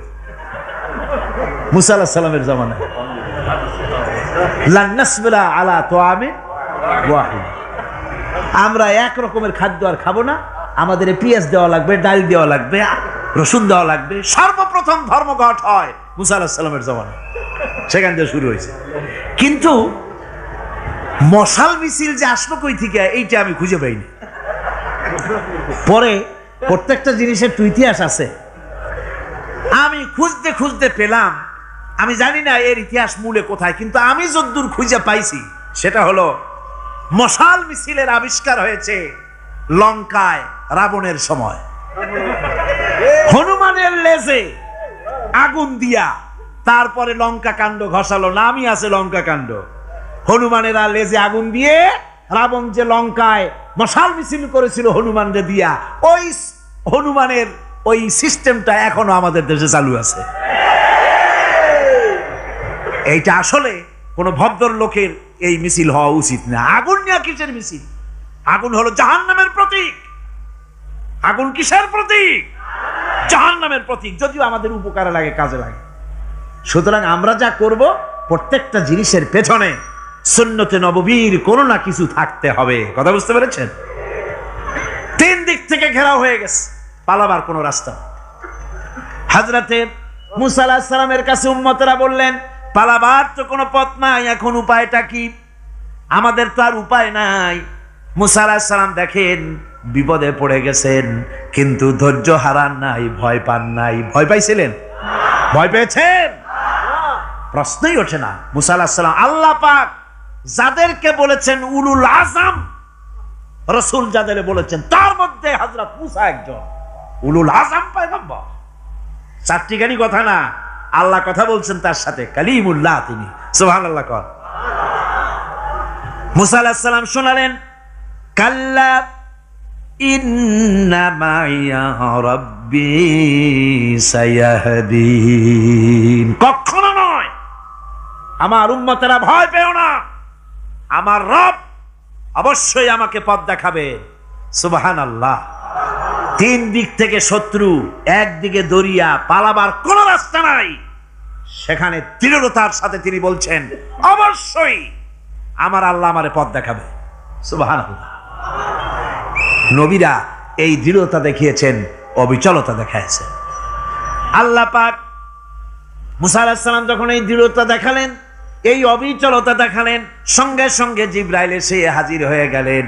আল্লাহ পাক বলেন, ফাআওহাইনা ইলা মুসা আন আদরিব বিআসাকাল বাহরা ফানফালাকা ফাকানা কুল্লু ফিরকিন কাত্তাউদিল আযীম।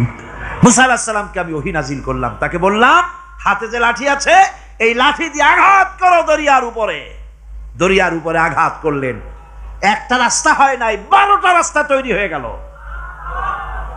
আর দেওয়ালগুলা পাহাড়ের মতো উঁচা হয়ে গেল। দরিয়ার ভিতরে পাহাড়ের মতো উঁচা, মজবুত 12টা রাস্তা। এবার মুসা আলাইহিস সালাম তার দলবল নিয়ে চললেন।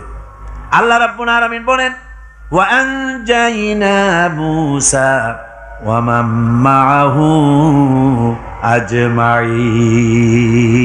মুসা এবং তার সাথী সঙ্গীদেরকে আমি পার করে দিলাম। মুসা আলাইহিস সালাম এবং তার সাথী সঙ্গী নিয়ে যখন দরিয়ার মাঝখানে আসছে, ফেরাউন তার দলবল নিয়ে এসে গেছে। আসে দেখে নদীর মধ্যে রাস্তা। বাবা, উক্ত কায়দা। ও মনে করছে ওর বাজানের তৈরি করা ডিস্ট্রিক্ট বোর্ডের রাস্তা। ওর লোকজন নিয়ে নেমে গেছে দরিয়ার ভিতরে, ও আসছে মাঝখানে। মুসা আলাইহিস সালাম চলে গেছেন ওপার, দরিয়া পার। মাঝখানে যখন এসে গেল, আল্লাহ রাব্বুল আলামিন পানিকে অর্ডার করলেন কুন। আল্লাহর তো বটন টেপা লাগে না, মুখ দিয়া কোনো হুকুম করা লাগে না, শুধু বলেন কুন। যে ব্যাপারে কুন বলেন ফায়াকুন, সাথে সাথে হয়ে যায়।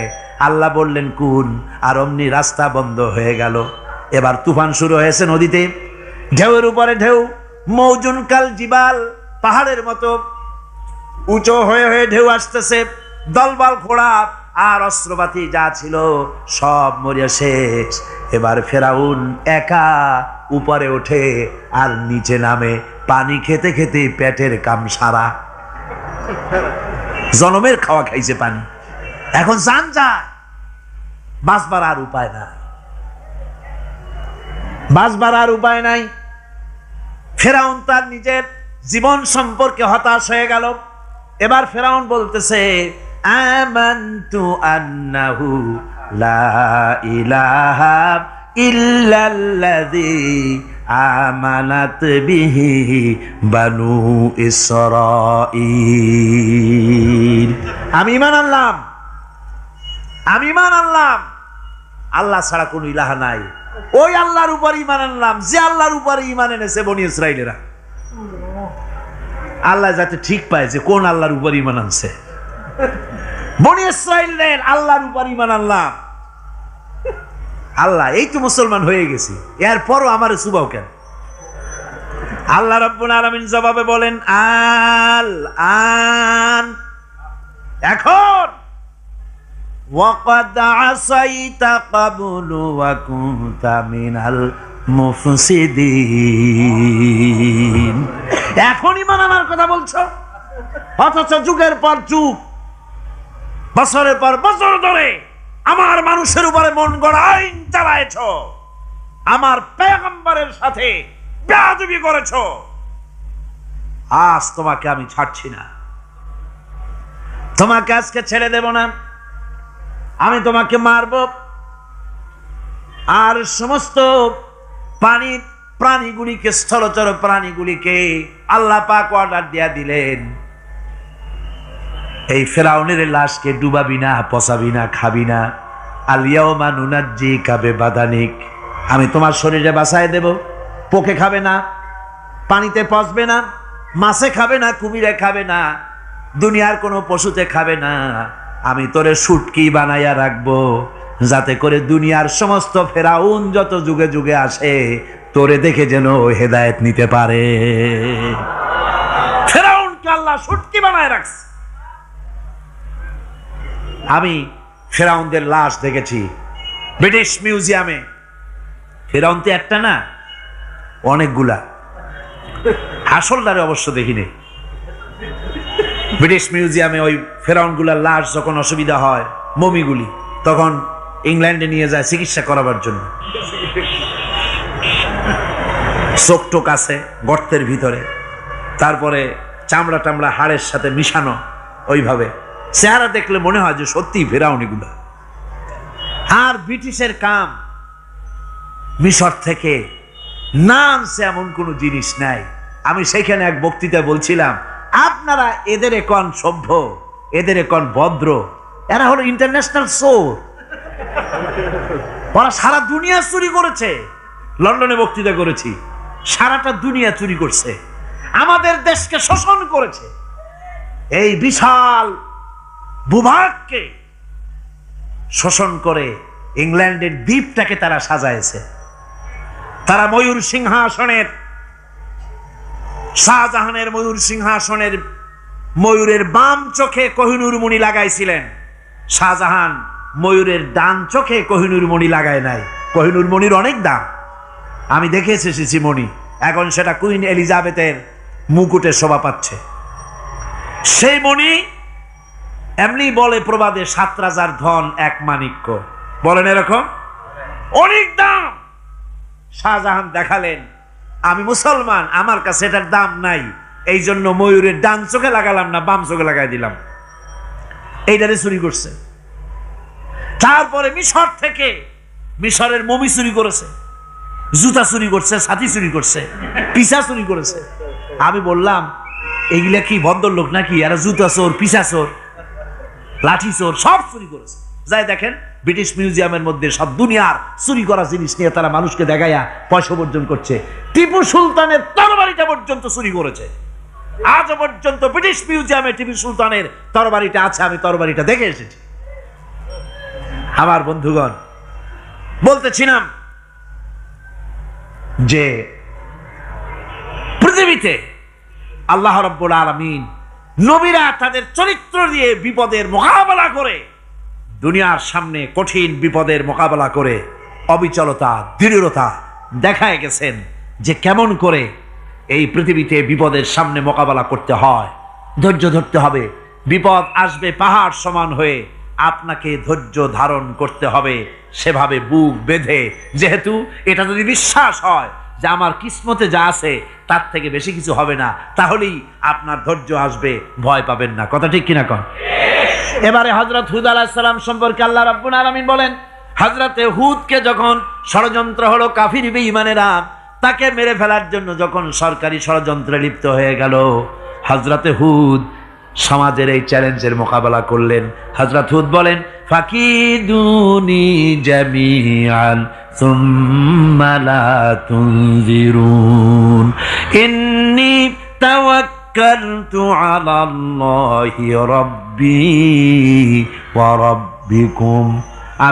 তোমরা তোমাদের ষড়যন্ত্র আমার বিরুদ্ধে যত পারো আমার বিরুদ্ধে ষড়যন্ত্র চালাও, এতটুকু আমার অবকাশ দিও না।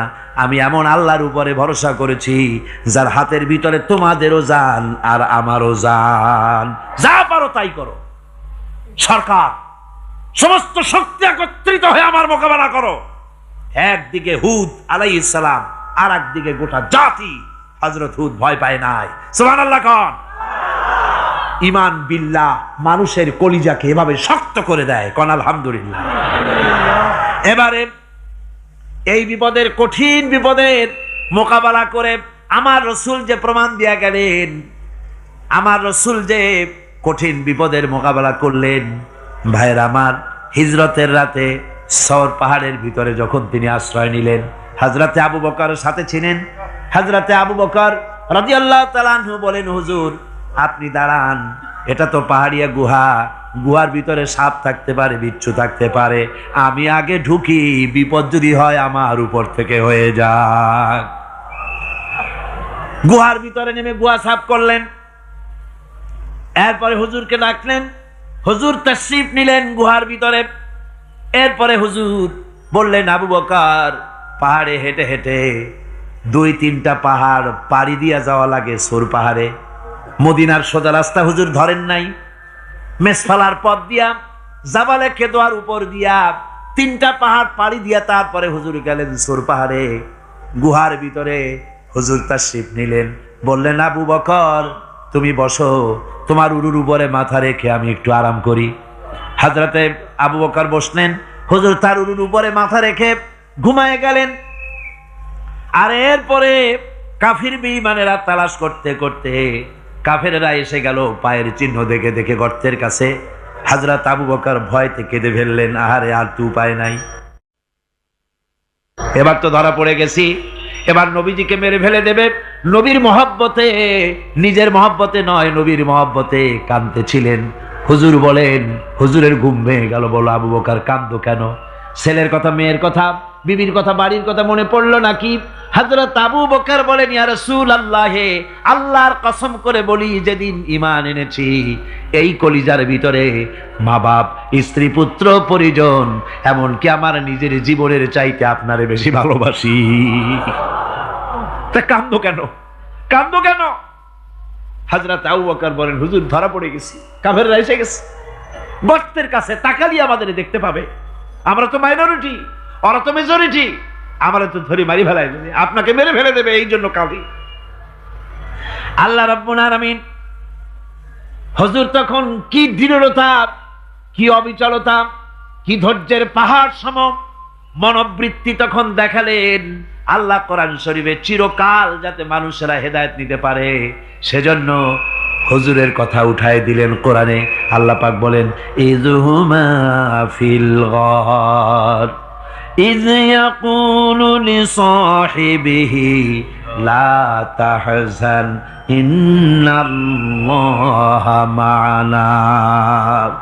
ও বন্ধু, ভয় পেও না, আল্লাহ আমাদের সাথে আছেন। সুবহানাল্লাহ কর। আল্লাহ আমাদের সাথে আছেন। আমরা মাইনরিটি নই, আমরাই মেজরিটি। আল্লাহ আছে আমার সাথে, ভয় পাওয়ার কোনো কারণ নাই। সুবহানাল্লাহ। আল্লাহ পাক বলেন, ফাআনসালাল্লাহু সাকিনাতাহু আলাইহি ওয়া আইয়াদাহু বিজুনুদিন লাম তারাওহা। আমি এদের অন্তরের ভিতরে আমি শান্তি নাজিল করে দিলাম, প্রশান্তি দিয়া দিলাম, আর আমি সাহায্য করলাম, আর এমন সব সৈন্য পাঠায় দিলাম যে সৈন্যগুলি তোমরা দেখতে পাও নাই। সুবহানাল্লাহ ওয়া বিহামদিহি। ভাইরা আমার, রাসূল করিম সাল্লাল্লাহু আলাইহি সাল্লাম এই বিপদের মাঝে, চরম বিপদের মাঝে অবিচলতা, দৃঢ়তা, কঠিন আত্মনির্ভরতা দেখিয়েছেন। এগুলি হলো ঈমানের 5ম নম্বরের উপকারিতা। আল্লাহর প্রতি ঈমান আনলে এভাবে পাহাড় সম ঈমান মজবুত হয়ে যায়। জেলের পরোয়া করি না, ফাঁসির পরোয়া করি না, শহীদ হওয়ার পরোয়া করি না, মেরে ফেলে দেবে, উড়ায় দেবে, হত্যা করবে, পরোয়া করি না। পরোয়া করি কেবলমাত্র কাকে? জোরে বলেন কারে? এইরকম মুসলমান হাজার হাজার লাখ লাখ দরকার নাই, 313 জন যথেষ্ট। কয়জন যথেষ্ট? 313 জন যথেষ্ট। বদরে যারা জান দিয়ে মাল দিয়ে দিনকে প্রতিষ্ঠিত করেছিলেন, এরকম 313 জনই যথেষ্ট ছিল আল্লাহর দিনকে কায়েম করার জন্য। যদি রক্ত দেওয়া লাগে তাহলে এই বিশাল জনসমুদ্রকে প্রশ্ন করি, ভয় পাবেন? রক্ত দিতে পারবেন? যদি জেলে যাওয়া লাগে যেতে পারবেন? যদি শহীদ হতে হয় তাও কি পারবেন? এই দৃঢ়তা, এই অবিচলতা, এই ঈমান, এই ধৈর্য শিক্ষা দেয়, এই উপকার করে ঈমান বিল্লাহ। আল্লাহর প্রতি ঈমান আনলে এভাবে পাহাড়ের মতো শক্ত হয়ে যায় কলিজা। কোন আলহামদুলিল্লাহ।